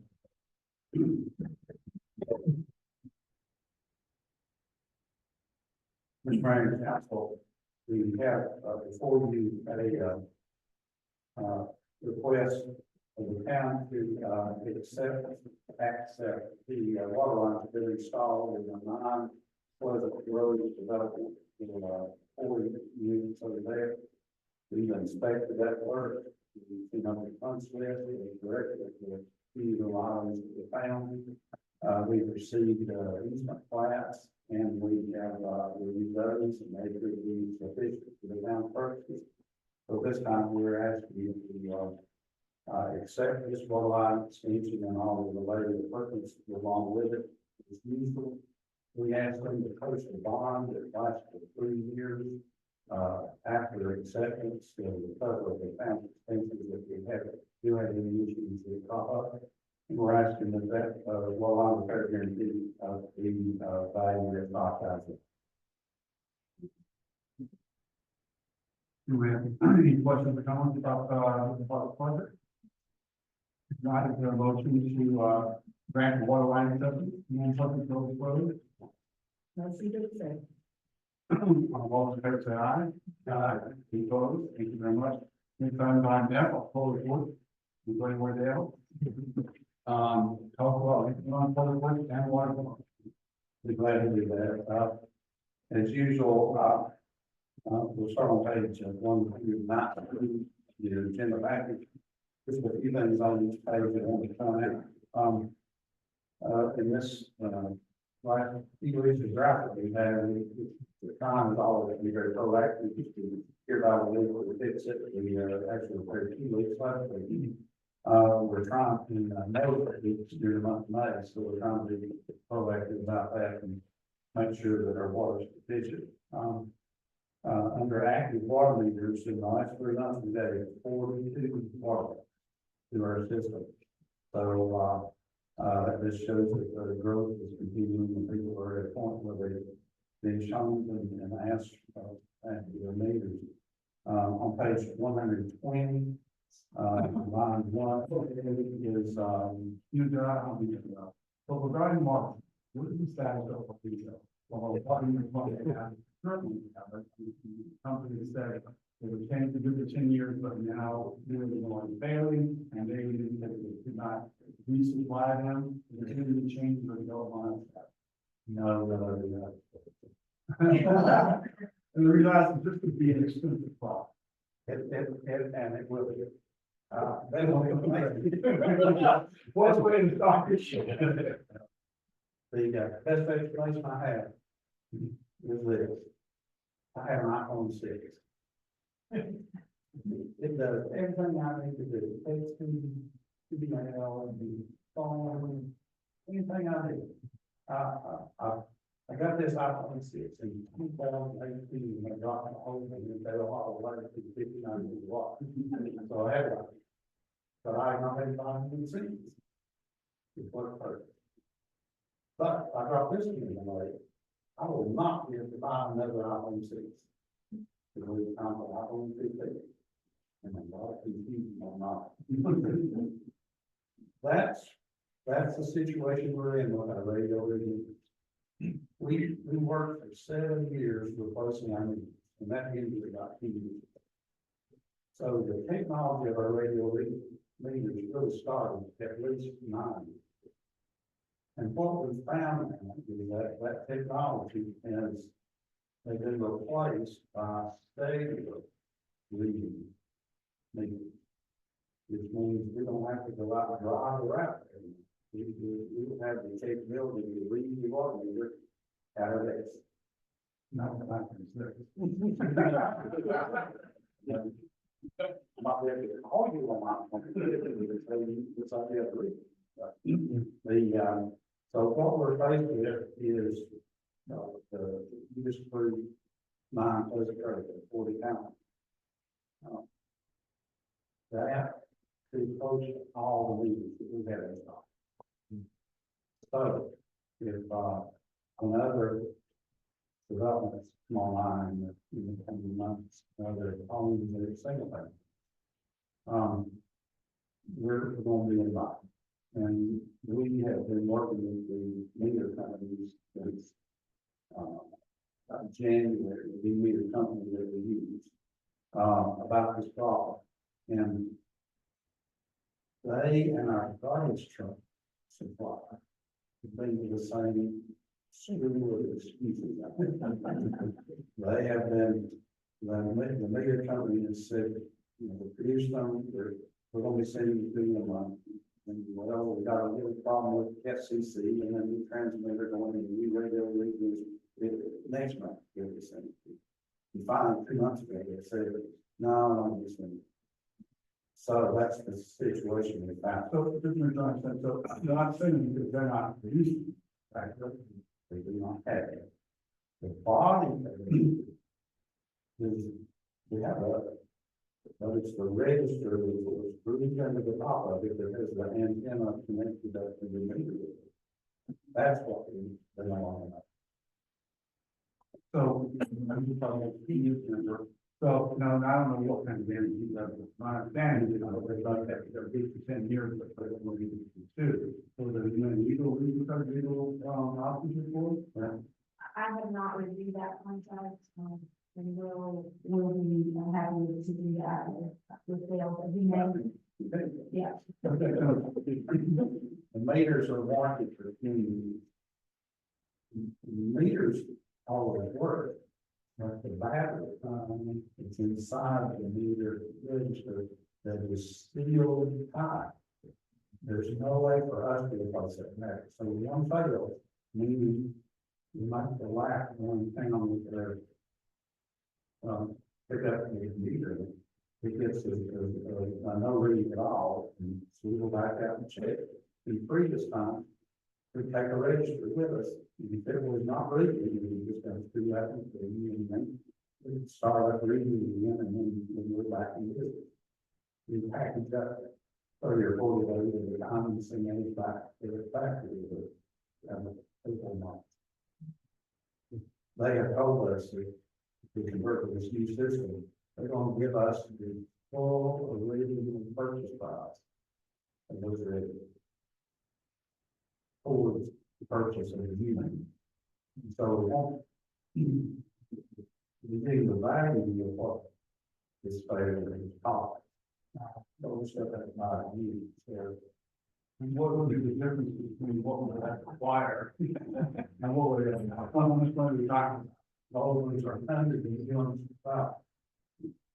about $320.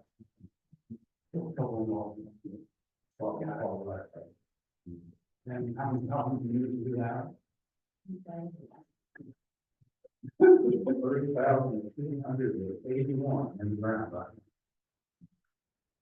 So we add that up, Well, we wouldn't have to have it all at once. no, We're gonna have these batteries there. well, and in this case, what we're considering doing is they've given us a price for about 250 meters. About $50,000. And the purpose is and the software that we and we'll convert to our those meters to our building software as well. If we do that, then we're handled for the forward for the next year. And that'll give us the time then 6 months from now, and we start the new I have that discussion about what we want to do like we did last time, spread it out year by year for a number of years, or we want to take some water from down in and do them all one time, and all of that. So, if those are the fees, I did a small purchase now, we postpone that for the next, beginning of next budget season, that's plenty of time to do all that. All right, That's okay. You can see I got some of this to do with me. You look on page 120, under, on the very first line, going there, those are the millions of gallons that we pumped out of the river, May, April, and, March, April, and May. You see the first people, 17 million and change.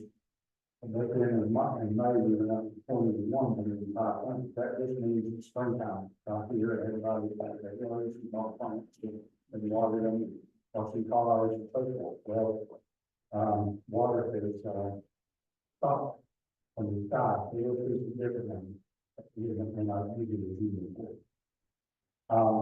However, looking after the leaks, like I mentioned, very last line, says for an average of the last 3 months, we're still at 9.4% from the county state water, and then that's going to be 10%, looking at the standard. At the bottom of page 121, we started giving the numbers from our stormwater management division on that. As Ms. Jackson, we had more than one discussion about the unfunded mandates and the state on a 5-year stormwater plan. With the street sweeper and with the attachments that are on that, we've been doing a better job in especially cleaning our head spaces and ditches and things like that, as well as spending a lot of time on the road with that street sweeper, cleaning the gutters and the curb lines. And you can see when we got the machine back in February, March, we started reporting, we did 25 miles per street sweeper. We did 29 in April, and we did 48 in May. So we're really making use of that street sweeper and keeping a lot of the trash on the curb, and the wood out of the streets and kind of be water. And then just about it back in May. Right when it was still raining. And what we would do, every time before the storm rain, we send the stormwater folks out to try to clean those drains. And so in May alone, we expected between 189 of those storm drains. So we're really being proactive with the cleanup for that. Problem on page 122. Well, miscellaneous items, we have all in there. We're working real hard to take care of the parks, recreation complex. We just hired today, we started working with those pieces and employees that don't help us conduct the mail. We do from the Washington and things like that. And we've seen an increase in business, and it's like, and certainly with the recreation complex. And that's resulted in some increased payments that we're having to do more often and more thoroughly. I mentioned that our paving program, we paved 7 of 10 streets so far, and we like Alabama every year, Central Avenue, and Central Avenue streets. The contractor has told us that we're going to start those the Monday after 4th of July. And so hoping that we will through the paving program. Our consultant is still working on the waterline replacement project. We're in the Stony Knob and Village Chapel area. The plans are going to be submitted for approval this month and next month. And the consultants continuing work on the wastewater on the water treatment plant. The plans for the chlorine system, the electrical work, the generator. For that, the all pump station, then all the speed, and then the plan for the main expansion of the plant and the water emergency generator later in the summer.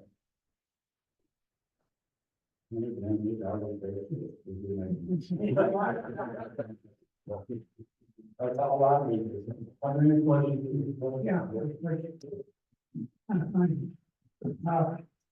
Driving around, earlier this week, Thank you very much.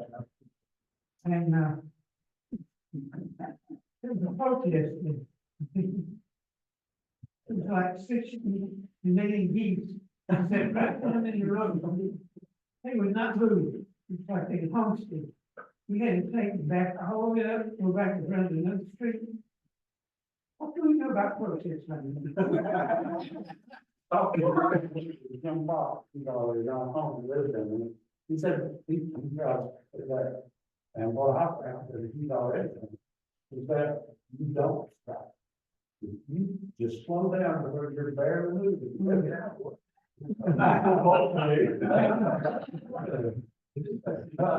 I'm great. Yeah, I have a lady, they're doing some work out last Friday, and the lady stopped by, walking on the trail. And she's very honest, and she asked, what can you do about the geese? And I was like, we're trying. And I'll tell you that, remember last year, I reported to you at my new quarterly report that, we found the cure. We found the special $125 a gallon, avian migraine, is the only product. You spray it 3 times, about 2 weeks apart, and the geese left. And, Parker, you wrote articles about it, didn't you? So they're so wonderful. I don't know what they did to the form. But the spray there down there, and this lady that stopped the document said she had stopped near where we put in the fountain. And there were 147 geese there floating on the water, waiting to come up on the shore and stop traffic. So, we've got a plan B. We'll be trying very soon, and I've got to call in for the wildlife folks who were so helpful to us when we had the little outbreak of avian flu.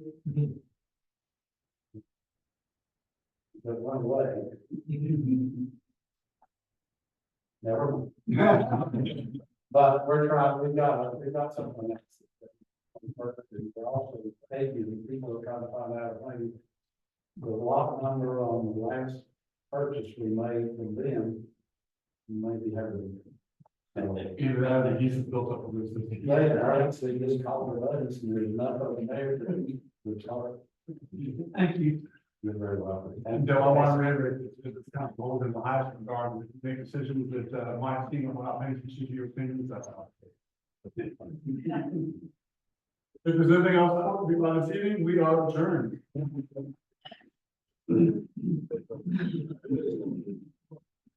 Yeah. Great job.